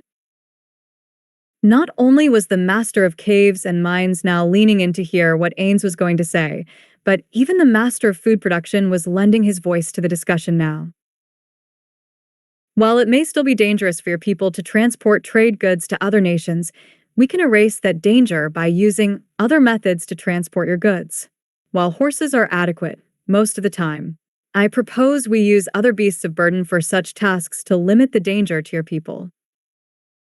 Ainz planned on continuing his pitch, but the scowling Forge Master interrupted him. Ainz could tell Aura, Zeshi, and Shelter didn't take too kindly to the dwarf's interruption. Ainz even had to give a hand signal to Rain in their killing intent when the dwarf forgot to call him Your Majesty. Are you speaking of the undead? Yes, I am. A wagon pulled by one of my soul eaters can not only carry much more cargo, but it can defend itself if needed. There would be no reason to risk a single dwarven life in the transporting of goods using such beasts. There is also the undead's use in daily life for your people. While it looked like it was going to take much more to convince the Forge Master, Ainz could tell he already had most of them hooked. They were sitting on the edge of their seats listening intently to every word that came out of Ainz's mouth. We have been using undead labor to farm in my kingdom for months now. Our farmers have never had it easier while producing double or more of the crops they could before. This same template can easily be used for mining, as we have done that already as well. It would extend your miners' lives considerably, and your production would soar as a result. Ainz could tell there was a question on the tip of most of their tongues.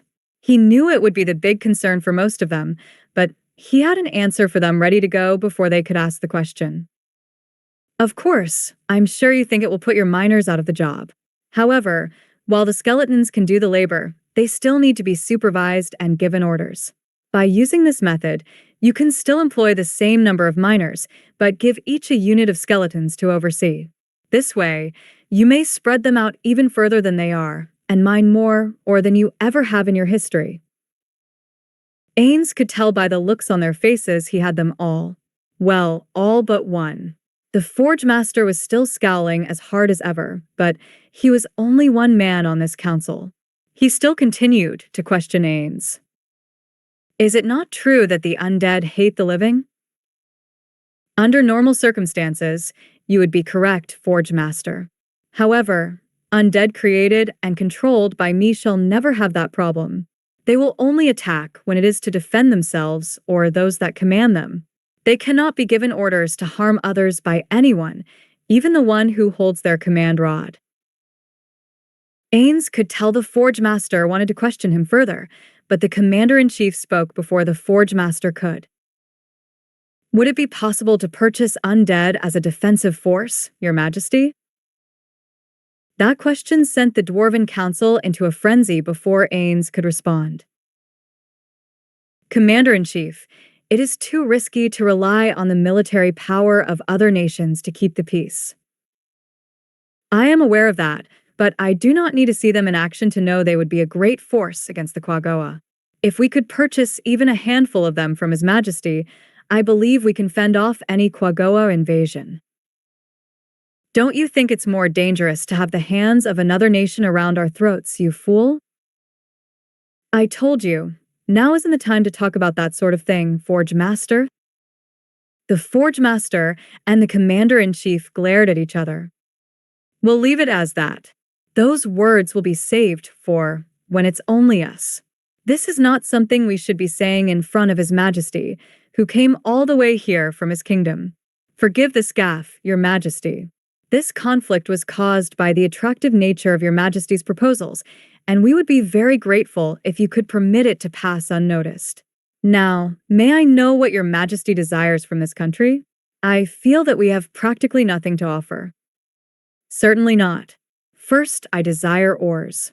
My kingdom stockpiles are limited. While that was not really true, it also was.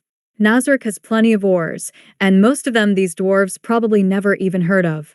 However, the rest of his vassal nations could certainly use the ore in the future. I see.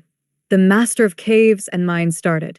You wish for us to use undead labor, so there is a surplus and you may purchase them for cheaper? I wish to use undead labor for safety and productivity. Price is something we can discuss if an agreement is reached between our kingdoms. What I also wish to gain is arms and armor for my people. I hear the dwarves craft the finest weapons and armors in all the lands. While those from Nazarick and those directly serving them like Zeshi or the Swords of Darkness didn't need the gear, the regular army would. They had sent out the veterans package outlining the benefits and duties you would receive for enlisting in the military just before Ainz left for the Draconic Kingdom. The response was a bit overwhelming. Ainz believed they'd get a few thousand to enlist. It would show the world their army wasn't just made up of undead and angels, but his people surprised him. Over 100,000 people from their kingdom and their vassals sent in requests to join the army. That number had nearly knocked Ainz out of his seat when Taylar told him about it on one of her trips to the Draconic Kingdom. They couldn't outfit all those people with things from Nazarick, so they'd need normal, high-quality smiths to produce all of that gear. While we have not thanked Your Majesty for sharing all this with us, these are questions which cannot be answered immediately, in particular, on the matter of war gear. Could you give us some time to discuss this, Your Majesty? Of course, you may discuss until you reach a conclusion. My objective was simply to let the Dwarven Kingdom know what they could receive if they entered into an agreement with the Psycho Kingdom. My direct subordinates already possess the finest war gear, and our army has only recently started training. Now, shall we discuss the Quagoa? Did you not repel the Quagoa so you would not have wasted a trip to speak with us? Ainz is fairly certain now there is very little chance he'll ever get the Forge Master on his side. The dwarf was never polite to Ainz and questioned everything he said. While that is a primary reason, I was content to simply leave you to your fate after the welcoming I received. I stepped in because I was promised compensation for doing as such. And what compensation were you promised? Nothing was set in stone. However, I believe I have a fair compensation in mind for my services so far, counselors. I believe allowing me to recruit the dwarven runesmiths of this kingdom to come to my kingdom to produce rune-crafted items should be sufficient. Do you plan to take them as your slaves? Ainz had been patient enough for the Forge Master, but Ainz scowled at him this time. This dude was a straight-up asshole the entire time. He'd have to remedy that quickly. While I have let your disrespect slide so far, Forge Master, I can only tolerate it so much, especially when you say something so stupid. Did you not hear anything I said before this? Why would I wish to establish diplomatic relations with a kingdom to then turn around and enslave some of their population? I apologize for the dash. Ainz waved the Master of Caves and Mines off. It wasn't his fault this dwarf was a dick. Think nothing of it, counselor. I understand some of your Forge Master's trepidation. It is not easy to get used to dealing with a being who controls undead and angels. I imagine it is rather shocking to the system to learn there are those out there as powerful as I am. As you say, Your Majesty. Now, while I was promised compensation for my work already, I believe I can prove my good intention toward an alliance with the Dwarven Kingdom. How about I retake your former capital from the Quagoa? Would that be sufficient proof of my intentions? Ainz saw that everyone loved that idea, save for the Forge Master. The Master of Caves and Mines was even licking his lips. There must be miles of untapped mines in their former capital, or something if that is his reaction. Is that truly possible, Your Majesty? The Forge Master folded his arms before him and glared at Ainz before he could answer the Master of Caves and Mines. That seems far too idealistic. Why are you giving us so much help? What do you want from us? You've said too much, Forge Master. The Forge Master snorted at his colleague's words. It's like waving a bottle of fine wine in front of a stranger. Do you really think there are no strings attached? Ainz figured he'd insert himself into the conversation. A reasonable assumption, Forge Master. You are partially correct, as I see the dwarves as a better option to trade with than the Quagoa. From what I have learned, they would have nothing of value to offer my kingdom. That does make sense. I believe you all shall feel a set of indebtedness to me for such an act, and it would ease your worries as to how your runesmiths would be treated. I wish for the Dwarven Kingdom to thrive, as I do all the countries allied with the Psycho Kingdom. Could we not simply give you first priority of rune-crafted gear, Your Majesty? It is not worth the risk I am taking simply to have first choice of items. If the runesmiths do not work exclusively for the Psycho Kingdom, I simply don't see the benefits outweighing the risks. When do you believe you can give me an answer to this question? Perhaps we could have one for you tomorrow, Your Dash. That might be a little troublesome, interrupted the Commander-in-Chief. Don't forget this city is still in danger of being attacked by the Quagoa.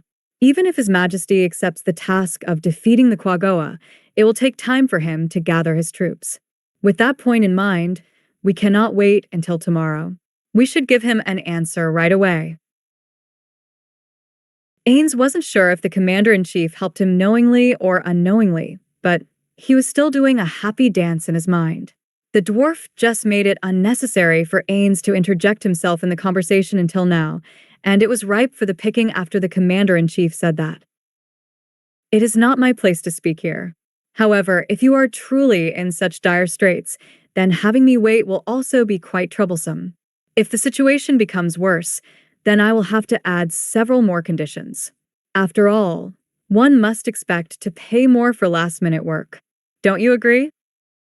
The commander-in-chief is right, and Your Majesty's words are also very sensible. Your Majesty, while we apologize for the imposition, can you return to the waiting room while we discuss this? We would like to reach a conclusion as soon as possible. As you wish. Ainz stood and left the room, followed by everyone else that came with him. It only took a few minutes to be called back in, and Ainz was grateful for it. The stares of Shaltir, Zeshi, and Aura were a little unnerving as he asked them questions about what they witnessed. Please accept our sincere apologies for making you come and go constantly. After our discussions, we have decided to proceed as Your Majesty wishes. To begin with, we shall open diplomatic relations and begin trade with Your Majesty's nation. That said, the nature of the trade goods and the methods of the transaction will require further negotiation to work out the minute details. Of course, in any event, I shall send a representative over to handle the finer points of international relations in a few days, whereupon you may discuss the matter at length. Ainz had seen this outcome when he walked back in the room and saw the look on the commander-in-chief's expression. Now, he just needed to decide on who to send as a representative. Then, there is the matter of the dispatch of our runesmiths to the Psycho Kingdom. We shall pledge that to Your Majesty. However, we would like to send a group of inspectors to see how our brethren are being treated and to ensure their welfare. May we have your permission to do so? Of course. The Psycho Kingdom will accept these inspectors whenever you wish to send them. All of the dwarves visibly relaxed after that.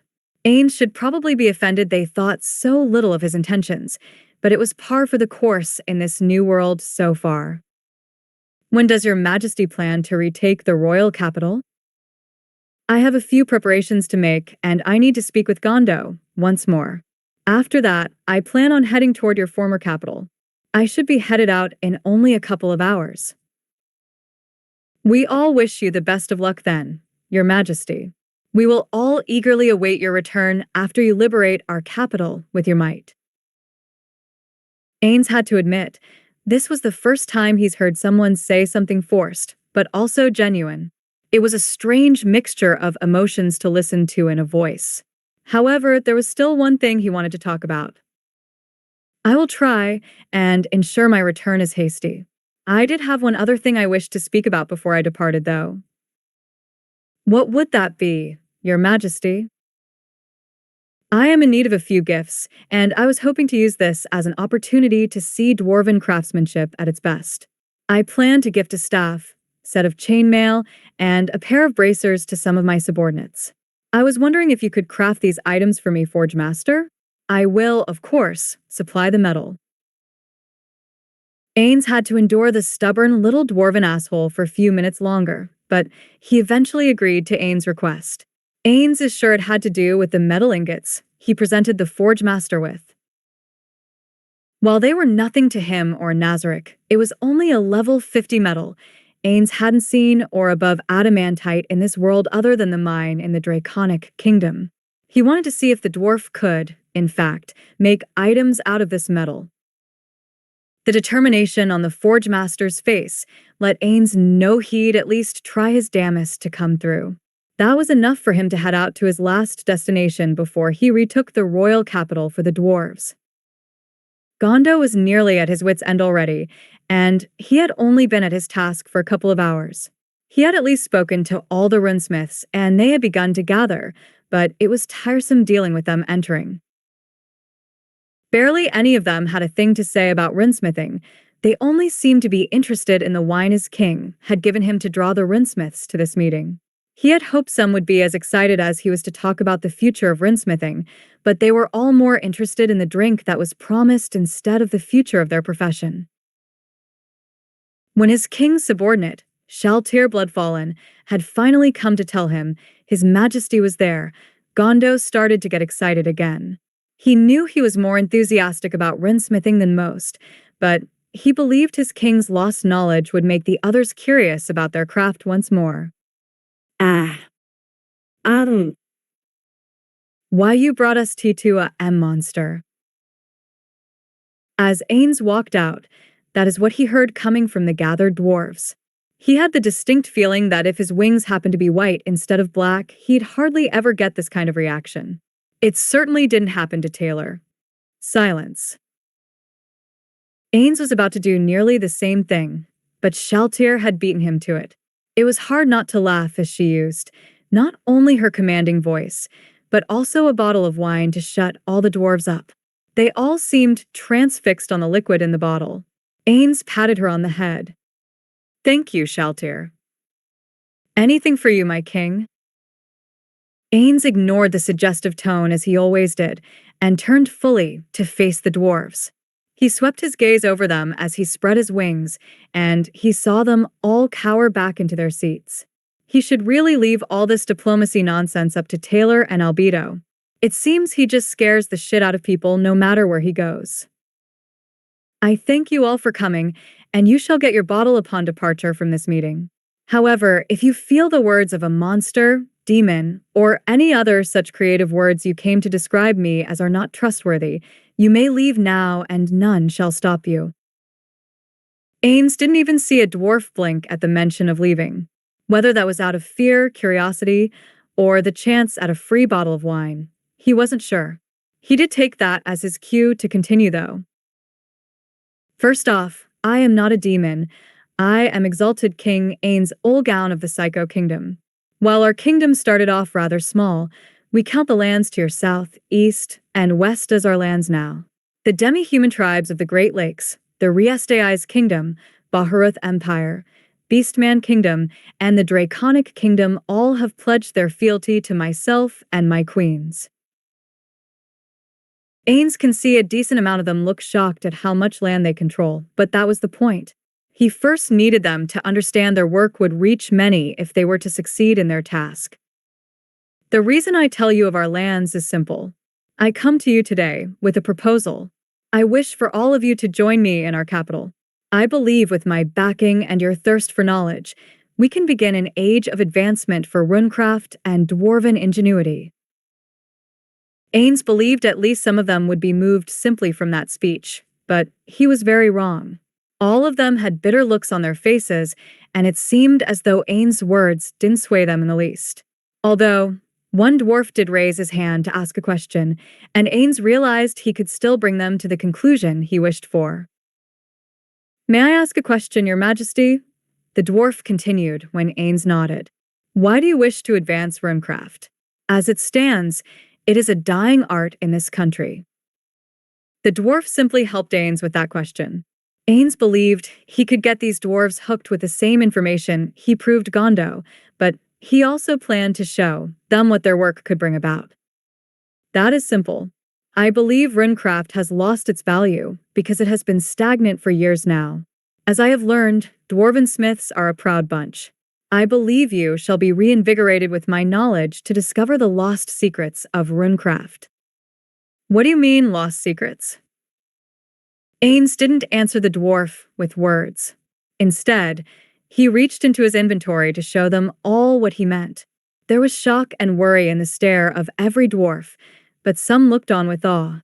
It wasn't until he turned the blade around that all the dwarves' looks turned to awe and all other emotions left their faces. As such an amazing sword. What a beautiful sight. Is this a relic from dwarven mythology? As you can see, gentlemen, Ainz motions to the purple runes on the sword. There are 20 runes on this sword. My question is such a thing possible for you to accomplish? None of the dwarves answered, and truth be told, Ainz didn't need them to answer. He knew it was impossible for them to do. Hell, even this sword didn't really have 20 functioning runes on it, it only had 2. The other 18 were simply to make it look cooler. What the dwarves did do, however, is nearly jump out of their seats and rush to Ainz. Each one of them had a near maniacal look in their eyes as they stared at the short sword Ainz had in his hand. Please, let me see it. I just want to touch it. Give it here, I might learn something from holding it. Insolent insects. Shaltir's voice made all the others shut their mouths immediately. The look in her eyes nearly killed the dwarves on the spot, but it was truly Ainz who quieted them down for good. "You're being too noisy. Quiet down." I had to add this quote. It is one of my favorites. In that moment, every other dwarf realized what Gondo had when he spoke to Ainz for the first time. They were in the presence of a true king. Ainz had no reason to shout like everyone else. His normal voice held the authority to make everyone heed his commands while speaking normally. "Please take your seats and wait until I am finished. I won't continue until everyone has sat back down, and you won't get to see this sword, or get your bottle if you don't take your seats." He'd only seen the dwarves move faster when he pulled out the sword as they quickly took their seats once more. Whether it was his commanding presence or out of sheer terror, Ainz didn't care.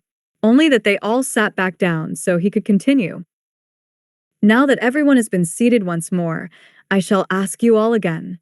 Is it possible for any of you to create a weapon with 20 runes carved upon it?" "We cannot, Your Majesty," the oldest of the smiths answered. "To the best of my knowledge, I have only ever heard of 6 runes on a single weapon." A few more dwarves chimed in to say they'd only heard of 5 or 4 runes as the most, but Ainz didn't care about that. He wanted to push these smiths well beyond their limits. In Yggdrasil, most people who had runes on their weapons only had 1.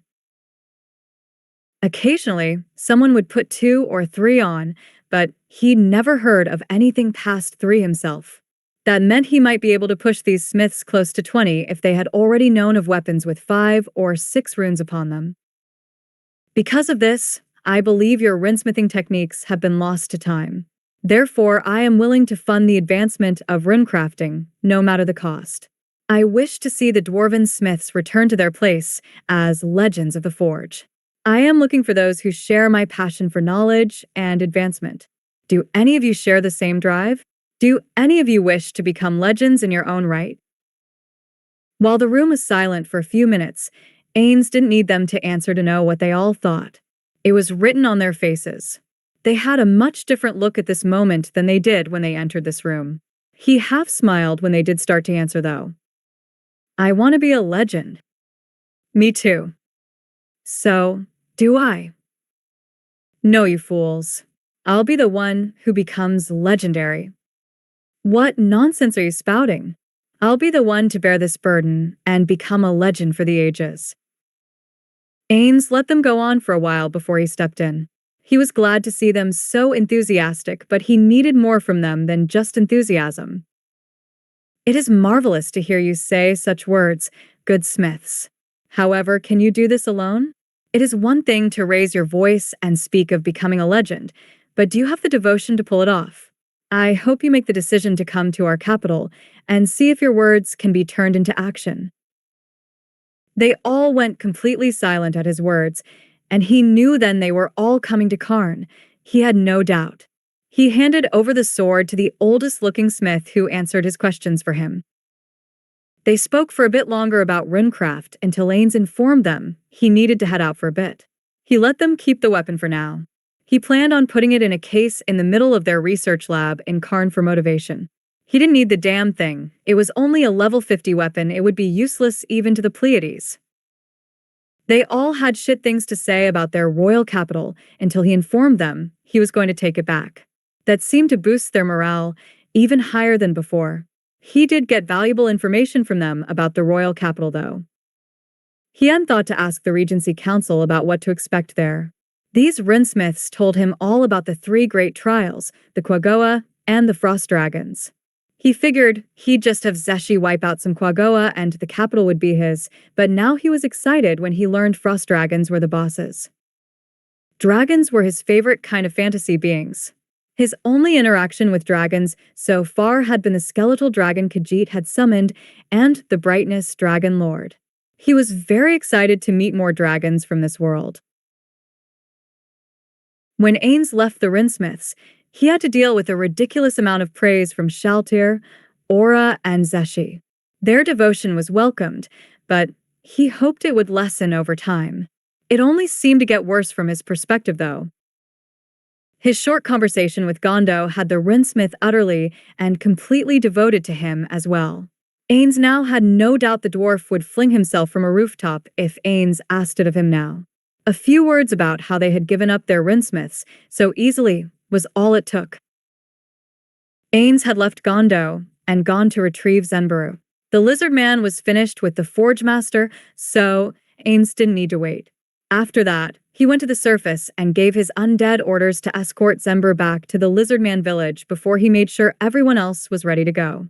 Once they were set, Ainz went to the front gate to meet the guide the Regency Council had selected for him. Ainz wasn't too happy. It was Gondo they chose to send with him. The dwarf was too valuable for him to get killed, but Ainz finally relented after the dwarf told him the reason he wished to go. He agreed to Gondo's reasoning, and they set out to reclaim the royal capital of the Dwarven Kingdom. When Ainz left the city and finally took in Zeshi's handiwork, he was very impressed. It was impossible to tell how many she had killed, but the entire fortress was covered in a layer of ash that, no doubt, used to be Quagoa. Ainz let Aura lead because of her ranger skills and abilities. While he was somewhat looking forward to the 3 great trials, Ainz was sorely disappointed. The Great Rift, the lava caves and their monster, and finally, the Maze of Death were all incredibly underwhelming. Ainz had bypassed the first 2 with a mass fly spell, and the third one with the casting of Tatiana's blessing on Gondo and a guidance spell. They were only a few hundred feet out of the Maze of Death when Aura stopped them. "I hear footsteps ahead, Lord Ainz. I believe we may have caught up to the Quagoa we allowed to escape." "Splendid. We know that the Quagoa and dragons shall be in separate areas, so Gondo, and I will deal with the dragons. I want Aura and Zeshi to go with Shaltir to the Quagoa." Shaltir. Ainz waited until she was absolutely paying attention to what he was saying before continuing. "I want you to try and convince the Quagoa to surrender and join us. Use what you have learned to do so. If they refuse, call their numbers until you believe your point is made before accepting their surrender. However, if it comes to combat, please allow Zeshi the bulk of the kills. She needs them more than you do, and you can still have a little fun." "As you command, Your Majesty." Ainz was grateful for the simple acknowledgement and continued forward. Aura led the way once more with Gondo, Zeshi, and Ainz in the middle. Shaltir brought up the rear guard as they advanced toward the former dwarven capital.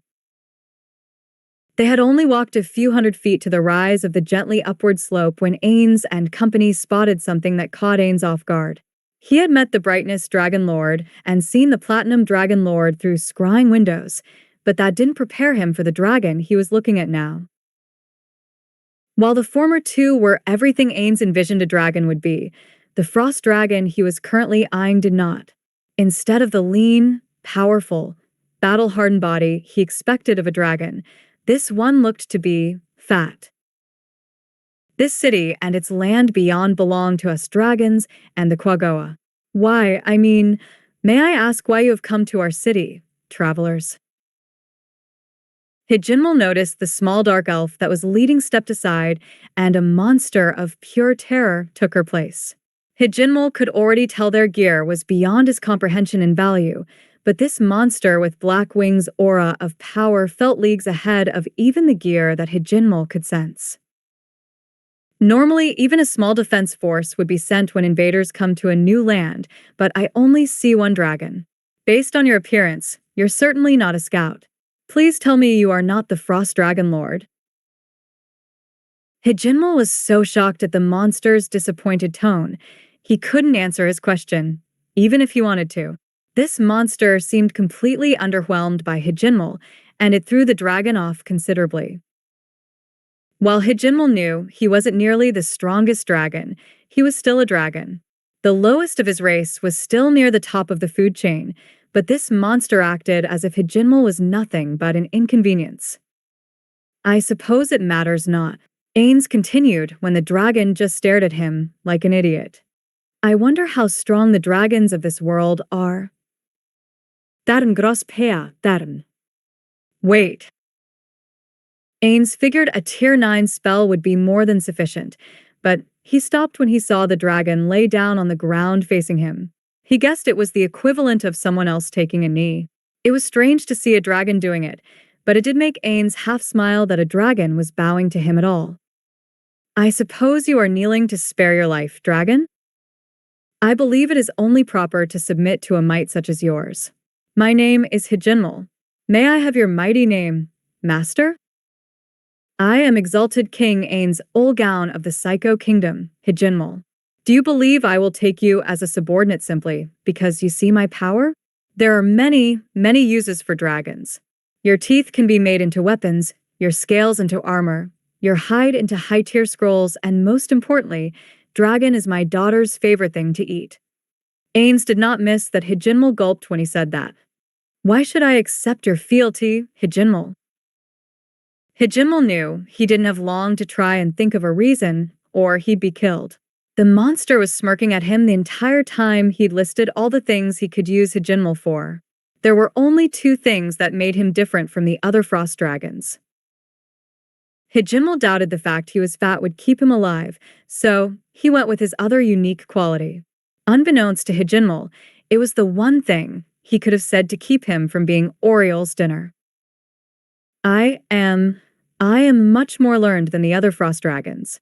I've read nearly every book in the Dwarven Library, Your Majesty. Hijinmal knew he was getting somewhere as he saw the Monster King of Monsters, exalted King Ainz Olgaun, pay a little more attention, and the others with him smile at how he addressed his, hopefully, new king. Oh, and tell me, Hijinmal, have you read any books in the library here on Runecraft? There are only T2 I know of, Your Majesty. B, but I haven't read every book. There may be more of them. Perhaps it would be a waste to kill you then. Ainz more mumbled that to himself, but it was heard by all. How many other dragons are there down here, Hijinmal? Hijinmal had the very distinct feeling how he answered this question would decide if he would live or die. He just did what he had been doing in the face of this monster. He told the truth. Yes, Your Majesty. There are 4 dragons older than me, 6 around the same age, and 9 who are younger than me. Really? It sent a chill down Hijinmal's long spine when the king sounded that excited at the prospect of 20 dragons in the city. To anyone else, they'd run in fear at that many dragons, but Ainz Olgaun seemed very eager to meet all 20 of them. Why, yes, Your Majesty. How many are stronger than you, and what tier of magic can the strongest use? I assume it is arcane magic. The 4 older than myself and the 6 my age are all stronger than me, Your Majesty.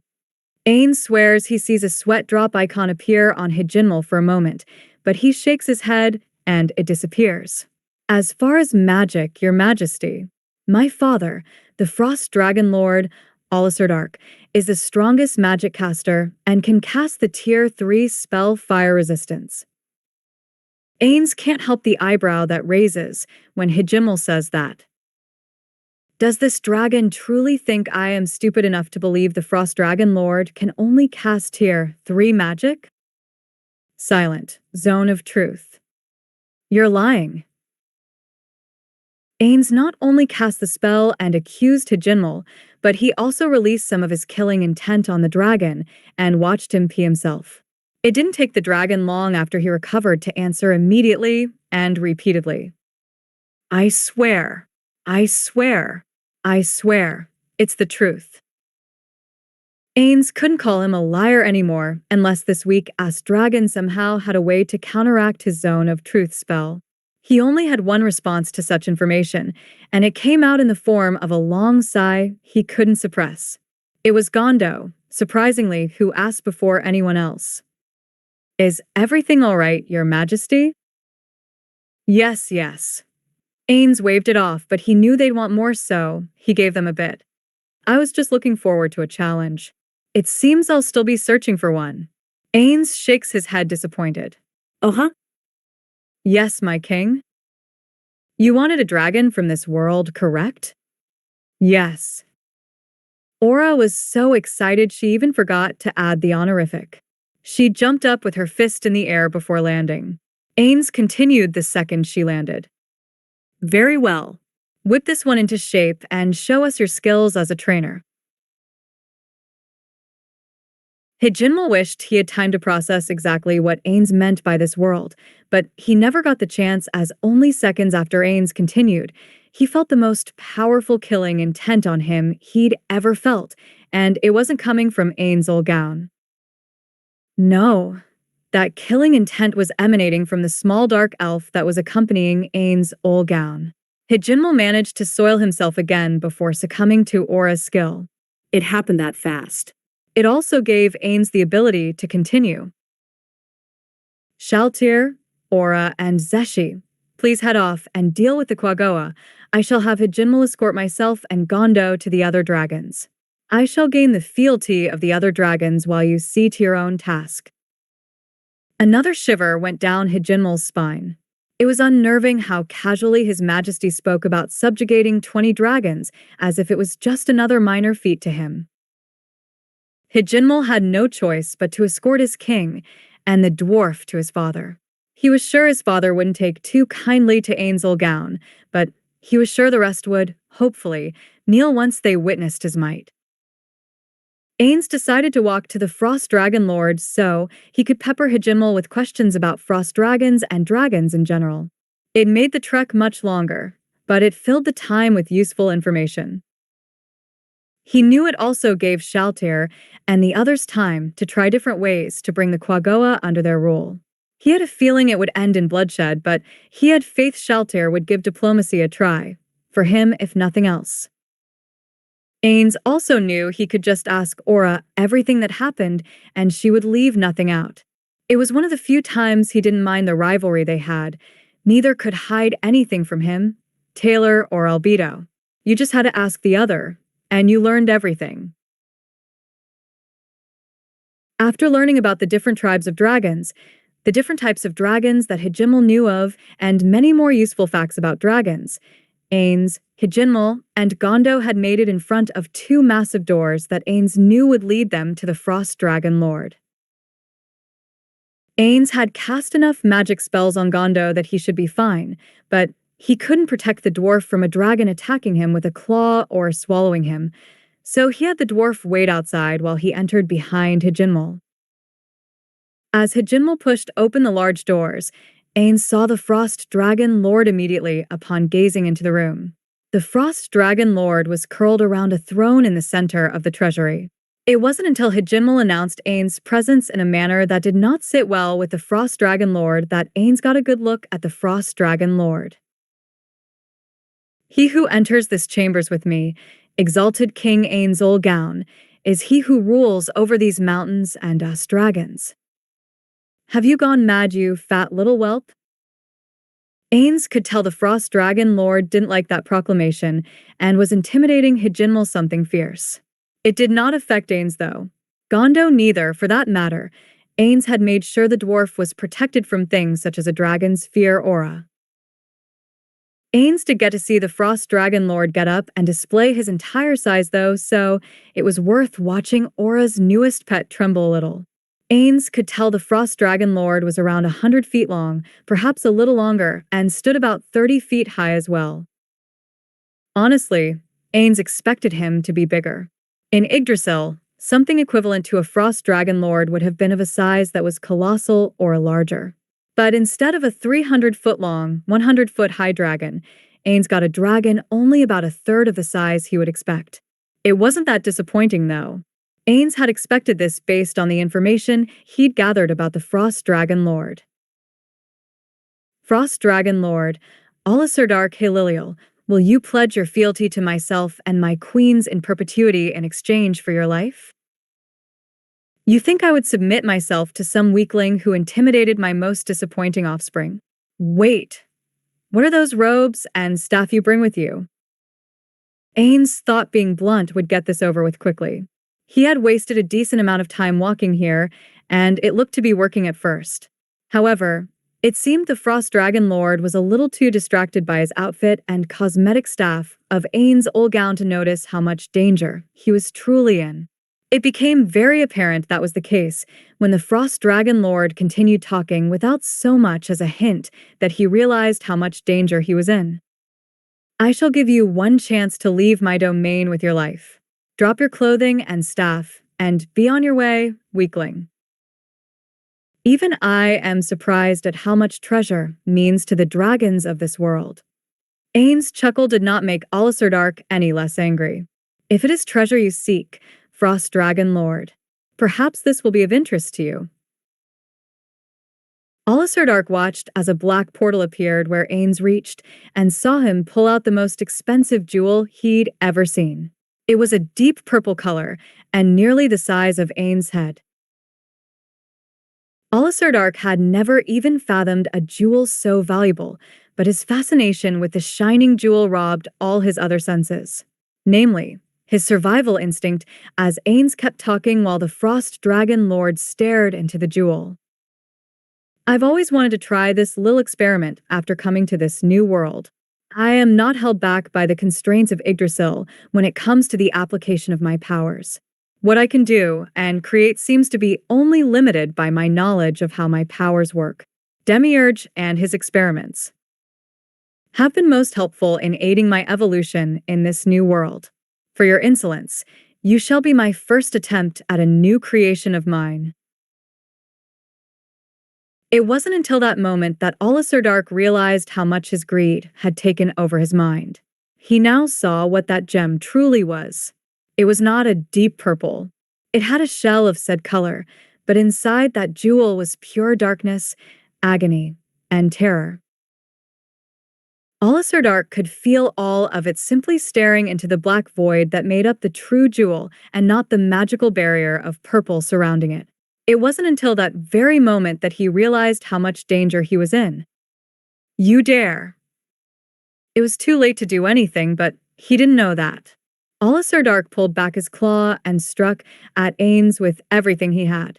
His claw, however, had barely moved forward before Ainz said, "Trap the soul." They all stared in horror and awe as Dark's body collapsed straight to the ground.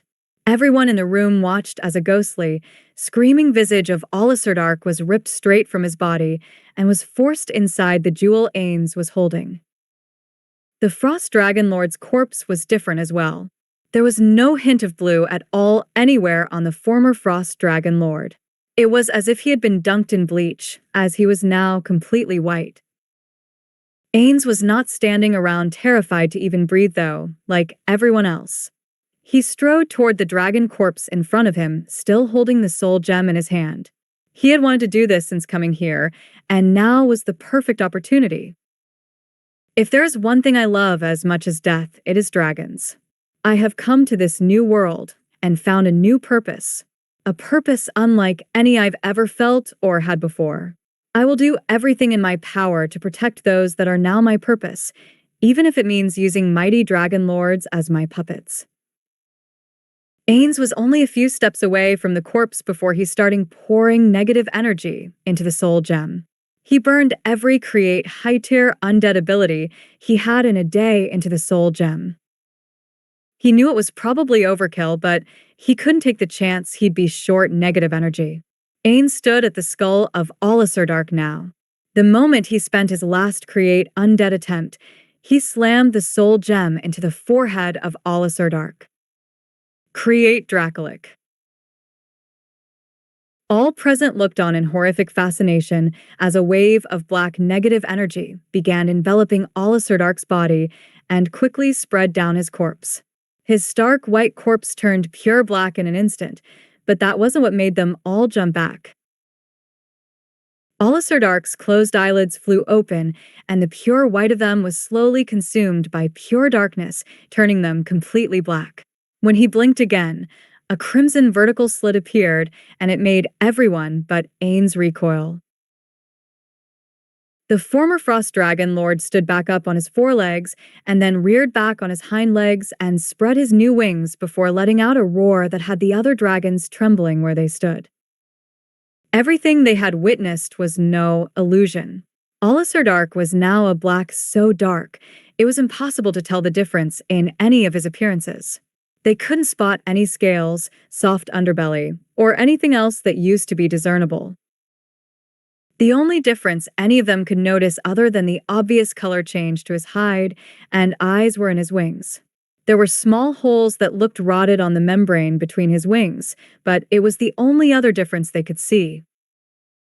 Ainz, on the other hand, noticed many changes as he approached his newest creation. The dragon was now about twice the size he was before. It appeared to Ainz as though he was around 150 feet tall on his hind legs. Add in his tail, and he should be around 200 feet long, double the size he was previously. Ainz also noticed the other changes to let him know his undead creation feats worked on this Dracolic as well. His scales were thicker, letting him know his natural armor feat worked. The dragon was more muscular, even though it was now undead, letting him know his undead strengthening feat worked. And even though he was pitch black, he had a shine to his whole body that let Ainz know his positive energy resistance feat worked as well. "How may I serve you, master?" Ainz heard that in his head as the dragon landed back on all fours with his head right next to Ainz. Ainz ran his hand along the dragon's snout toward his eye and calmed at the negative energy flowing off the undead dragon now. "Can you still speak normally?" "Yes, master." "Do you know the dark speech?" "GXC, Kuzxi." "Yes, master." Everyone in the room, except Ainz, recoil and shiver at the guttural, downright terrifying, sound that the former Frost Dragon Lord released in response. Even Gondo, for all the protections Ainz placed on him, couldn't resist being slightly corrupted and filled with dread at the sound of the words. "Good. Now that you are mine, we shall have to give you a proper dash. You dare do this to my father?" Ainz turned his head toward the sound and saw the dragon in age category, with Hijinmal closest to him pull his claw back to strike. Ainz was going to kill the dragon himself, but before he could, Alisir Dark turned his head and unleashed his breath weapon on the young dragon. Normally, that would do nothing as the dragon was immune to cold, but that was before Alisir Dark's transformation. Not only was he much larger and his breath weapon more powerful, but half of its damage was now negative energy. The agonizing roar of the young dragon only lasted a couple of moments before it went silent. Alisir Dark ceased the use of his breath weapon when the screams ceased, and all saw what remained of the young dragon. It looked as if he had withered away to nearly nothing. His scales were all rotted, and you could see most of his bones. His face was still stuck in an agonizing scream, and it looked as if he died centuries ago, not mere seconds. Ainz wanted him to be intact, and planned on using an instant death spell to save his hide and other useful parts, but his newest creation was too hasty in defending him. Ainz reached into his inventory and pulled a wand out before pointing it at the young dragon's corpse. Resurrection. All watched as the muscles, flesh, and scales of the young dragon were restored in seconds. The young dragon continued to scream in agony as he was brought back to life for nearly 10 seconds before stopping. It was then that it looked into Ainz's eyes, and he saw the downright terror in that gaze. "I have made your father one of the most powerful dragons in this new world, young one. For your insolence, you shall witness his new power firsthand once more. Use your strongest spell on him, servant." Ainz normally wouldn't call any creation a servant out loud, but he just wanted to rub it in a bit more on the young dragon that his father was now, for all intents and purposes, Ainz's bitch. Although, Ainz didn't think of what that would mean for everyone else around, and he realized his folly when Alisir Dark used what was considered his most powerful spell now. Blasphemy. As the word left Alisir Dark's mouth, Ainz realized how much he just fucked up. The malevolence and evil were sent out in a wave from Alisir Dark, and every dragon in the room who wasn't Alisir Dark dropped over dead. Fuck. Ainz couldn't help shouting that. You couldn't really blame him either. How the hell was he to know the dragon could now cast a tier 8 mass instant death spell? He thought the dragon would be able to do tier 6 at most, but he severely underestimated how much of an effect his undead creation feats would have on an undead as naturally powerful as a dragon. Shit. Ainz figured Gondo wouldn't hear him that far away, and he was right. However, Zeshi, Aura, and Shaltir had all returned from their task and were near Gondo. Two of them could hear everything Ainz was saying. I can't call Taylar for this. I'll never hear the end of it if I ask for her help now. It can't be helped. I have to use it no matter how much I believe it will be a waste. Ainz pulls out his wand of resurrection again and starts bringing all the dragons in the room back to life. He starts with the 3 that used to be in the same age category as Alicerdark before his transformation and leaves the one who has now been killed twice for last. He did that so he could play off what just happened, but it had the added effect of terrifying every single other dragon into complete submission out of pure fear. Ainz deemed the use of so many charges from his wand worth it for that outcome. Do you wish for me to add skinning you alive before I have your father kill you repeatedly for eternity to your punishment, or will you submit to my might and take this as the last warning you will ever receive? Even in his delirious, terrified state, the young dragon flung itself on the ground in total submission. He even tried to hide his snout under himself in some sort of weird bow. It made it hard to understand what he responded with, but Ainz heard him clear enough. I shall never question my master again. I shall be your most devoted servant, great master. This is when Ainz turned to let Gondo know it was time to go, and he noticed Aura, Zeshi, and Shaltir. He sent them on their own errand, so he didn't have to see the damn reverent heart eyes they were all staring at him with. He should have just ridden Hijinmal and made it quicker to avoid this scenario. However, there was nothing to be done about it now, and he'd not have to seek out Shaltir for what he needed doing next. Instead, he simply motioned them forward and gave Shaltir her orders when she was near enough to him. Shaltir, open a gate to Oriole for the frost dragons to go through. Ainz turns and gazes over the dragons before continuing. You shall all report to my daughter, Princess Oriole. Treat her with the utmost respect, or you will find my wrath is not the only one you should fear. Dragon is my daughter's favorite thing to eat after all. Well, that and chocolate ice cream, but no need to let them know that and diminish their terror. Ainz hid those thoughts with an evil smirk, and every dragon gulped before obediently going through the gate Shaltir opened, without even hesitating. He finally turned to the rest left, and his new mount with the business he was so rudely interrupted from.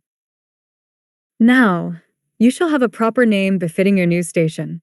Alicerdark was the name of a weak frost dragon who could not protect his domain. You are now the great, terrifying, powerful mount of exalted King Ainz Olgaun, the god of death. As such, I name you after the mighty undead shadow dragon who brought the dwarven city of Thunderhome to its destruction. A great dragon with many titles and nicknames who possesses my favorite title ever granted a dragon, the Deathworm. From this day forth, you shall be known as Orglarosa, the Deathworm. The newly named Orglarosa, the Deathworm, stood back on his hind legs and roared for all to hear at his new name. As he came back on all fours and Ainz gave him a gentle pet, the hearts were instantly back in the eyes of all those present, unbeknownst to Ainz. Even when he turned to them, he didn't notice. Gondo, is that the dwarven treasury behind those doors? Yes, your majesty. Hanzos. Ainz only needed to wait a moment for them to appear from his shadow. Tell me if you can pick the lock on that door. The Hanzo disappeared and reappeared right in front of the door only seconds later. It barely took him a second to check out the door before he turned back to Ainz. Yes, master. This lock will be no problem to pick, master. Ainz gave him a nod, and the Hanzo had the door to the treasury open before Ainz could even turn around again. He allowed the Gondo to search the treasury for the books he was looking for with the aid of his Hanzos. It would have taken the dwarf hours, if not days, but with the help of the Hanzos, They were done with the treasury in less than 30 minutes. Gondo came back toward Ainz, positively beaming with 3 books in his arms. There was only one thing left to do after that. Now, let us return to the dwarven capital Victorious, and you shall tell me if you parley with the Quagoa. Shall we? Ainz motioned to the now exposed neck and wing to climb up of Orglarosa, and they all realized they were about to get a ride on the personal mount of their king. Even if they hadn't already been protected from the negative energy, they would have tried to climb up as fast as they did to get the seat directly behind Ainz. As it was, Aura was the quickest and nabbed the spot just before Shaltir did. Ainz settled onto the neck of the dragon and was nearly giddy in excitement at his first ride on dragon back. He didn't even have to say anything as the deathworm launched into the air the moment everyone was settled, and they were all on their way back to Fio Jera. Ainz's arrival back to Fio Jera didn't go as he first anticipated. First, Orglarosa roared upon arrival and nearly scared the population to death. Ainz couldn't really admonish him, as the dragon explained he was simply announcing the arrival of his master. Next, it took nearly an hour to convince the Regency Council that he had, in fact, already retaken their former capital and dealt with the Frost Dragons and Quagoa. Finally, he was expecting Taylar to join him at the feast being held when the maids came through with the food, but she was still nowhere to be found after dinner had started. He knew she would have sent a message if it was something he needed to know or she was in some sort of trouble. It was the only reason he hadn't messaged her himself. If she had business to attend to, he knew she'd be along as soon as she was able. It wasn't as if he told the dwarves she was attending. It did make it somewhat comical when they all jumped back when the gate reappeared. Ainz knew it was Taylar finally making her appearance, but Ainz did not get the greeting he was hoping for. Instead of finally kissing those lips again, Taylar immediately turned to him and spoke. Albedo's in labor. That was all it took for Ainz to jump up from his seat and hastily say goodbye to all others present. He practically dragged Taylar back through the gate. If there was one thing Ainz wasn't going to miss, it was the birth of his children. The message he received from Demiurge at the same moment he left barely registered in his mind. Your Majesty, the Hanzos have recovered the journal of Sir Shauna you have been seeking. It has been left in the top right drawer of the desk in your office. In a meeting room barely fit for its occupants, in the Holy Kingdom city of Kailansha, 15 people crowded around a single table for this meeting. While almost all were from the Holy Kingdom, such as Holy Queen Kalka, Grand Paladin Remedios, or High Priestess Kalart, there were 2 here who were not citizens of said kingdom. Holy Queen Kalka tolerated the presence of the 2 representatives from the slain theocracy, but only for the support they offered her reign. She truly didn't like having these religious sycophants around as much as she was required, but she couldn't just brush them off either. The discussion they were having right now, though, was wearing her patience thin. She couldn't believe what these priests were asking of her when they knew the situation she found herself in currently. It was taking everything not to simply destroy them with holy magic. Let me get this right, said the Holy Queen. You want me to support you in a campaign against a king who has never shown any open hostility toward the slain theocracy and has only defended himself when attacked by other kingdoms? How foolish can you be? Do you not remember I have the entire Abelian Hills marching toward my eastern border? He is a monster far worse than what is marching toward you now. How can you sit back and allow such a monster to take over the world? Kalka had been overly cordial with the priests from the slain theocracy out of necessity, but she wasn't going to take the way he was speaking to her anymore. It was time the priest remembered who he was talking to. It's your Majesty, you ungrateful leech. I have my own intel, and from all my reports, every nation your so-called monster now reigns over is prospering more than they ever have. There have been no mass killings or torturing of innocents. The people under his domain seem happier and safer than ever before by all accounts, priest. I have my own more pressing issues to deal with than your fanatical call to arms based on someone's race. If you hate all non-humans so much, Why are you not lending aid to the Holy Kingdom to fend off an assault by the demi-humans of the Lion Hills on us? Kalka knew she probably shouldn't have said that last bit, but she did feel that way. She went out of her way to spare as many demi-humans as possible when it was possible. She wished she had a way to simply end the war with them, but she knew there was no chance of that happening. The slain theocracy has its own pressing matters that require all our resources. We cannot ignore this monster king or our war with the Elven Kingdom. We do not have the resources to aid you in any capacity, Your Majesty. The condescending way he finally used her title had her wanting to see him thrown in the dungeon, but she reined herself in. She was used to having to do that when interacting with nearly anyone from the slain theocracy. Instead, she used his own words to rid herself of the problem. Very well then, if you have nothing to contribute to our defense, there is no reason for you to be present at this meeting. But we are Dash. You are here to offer assistance to the Holy Kingdom. As you have stated you have no aid to offer, you have no reason to be present. You are dismissed. The men didn't move, and Kalka gave her last warning. I allow you leeway in certain areas of my kingdom, but do not test me on this, or you will find you do not want to add me to your list of enemies. The men were scowling at her, and if looks could kill, she'd be dead. However, looks couldn't kill, so they simply stormed out of the room like petulant children.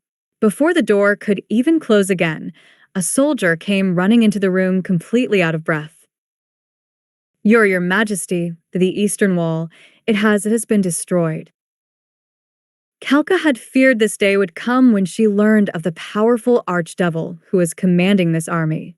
The first time she heard the name Devil Emperor of the Nine Layers Jaldabaoth, she had a feeling this fight would be unlike any other the Holy Kingdom had faced against the demi-humans of the Lion Hills. As Holy Queen Kalka started giving out orders, the screen Taylar and Oriole were watching stopped, and Oriole turned toward her mother. There was a reason Oriole wanted to show Taylar this, and she was quick to get to her point. See, Mother, I told you Queen Kalka wasn't as bad as you believed. Do you have to dash? Oriole. Taylar interrupts her. You know our plans for her have already changed, and she will not suffer as I initially wanted. Why is it that you are showing me this, daughter? I just thought dash. Oriole was interrupted again, but this time by Taylar raising her hand and her mother obviously listening to a message. As soon as it ended, Oriole was left a bit confused as Taylar opened a gate and went to step through. She grabbed her mother and prevented her from leaving immediately. What's going on, Mother? Albedo's in labor. I need to get your father. Come join us when you are through with the Frost Dragon's sweetling. Taylar kissed her on the head and stepped through. Oriole had a beaming smile on her face, knowing her siblings were finally going to be here. She got even happier when she realized there was only one dragon left to give orders to before she could join her mother's. It truly was going to be a special day for her family. That's it for today. Remember to show your support to the creator of this story if you enjoyed it. If you would like more parts of the story to be uploaded, leave a comment and subscribe to get notified when the story continues. Bye-bye for now, and I hope that you all have a wonderful rest of your day.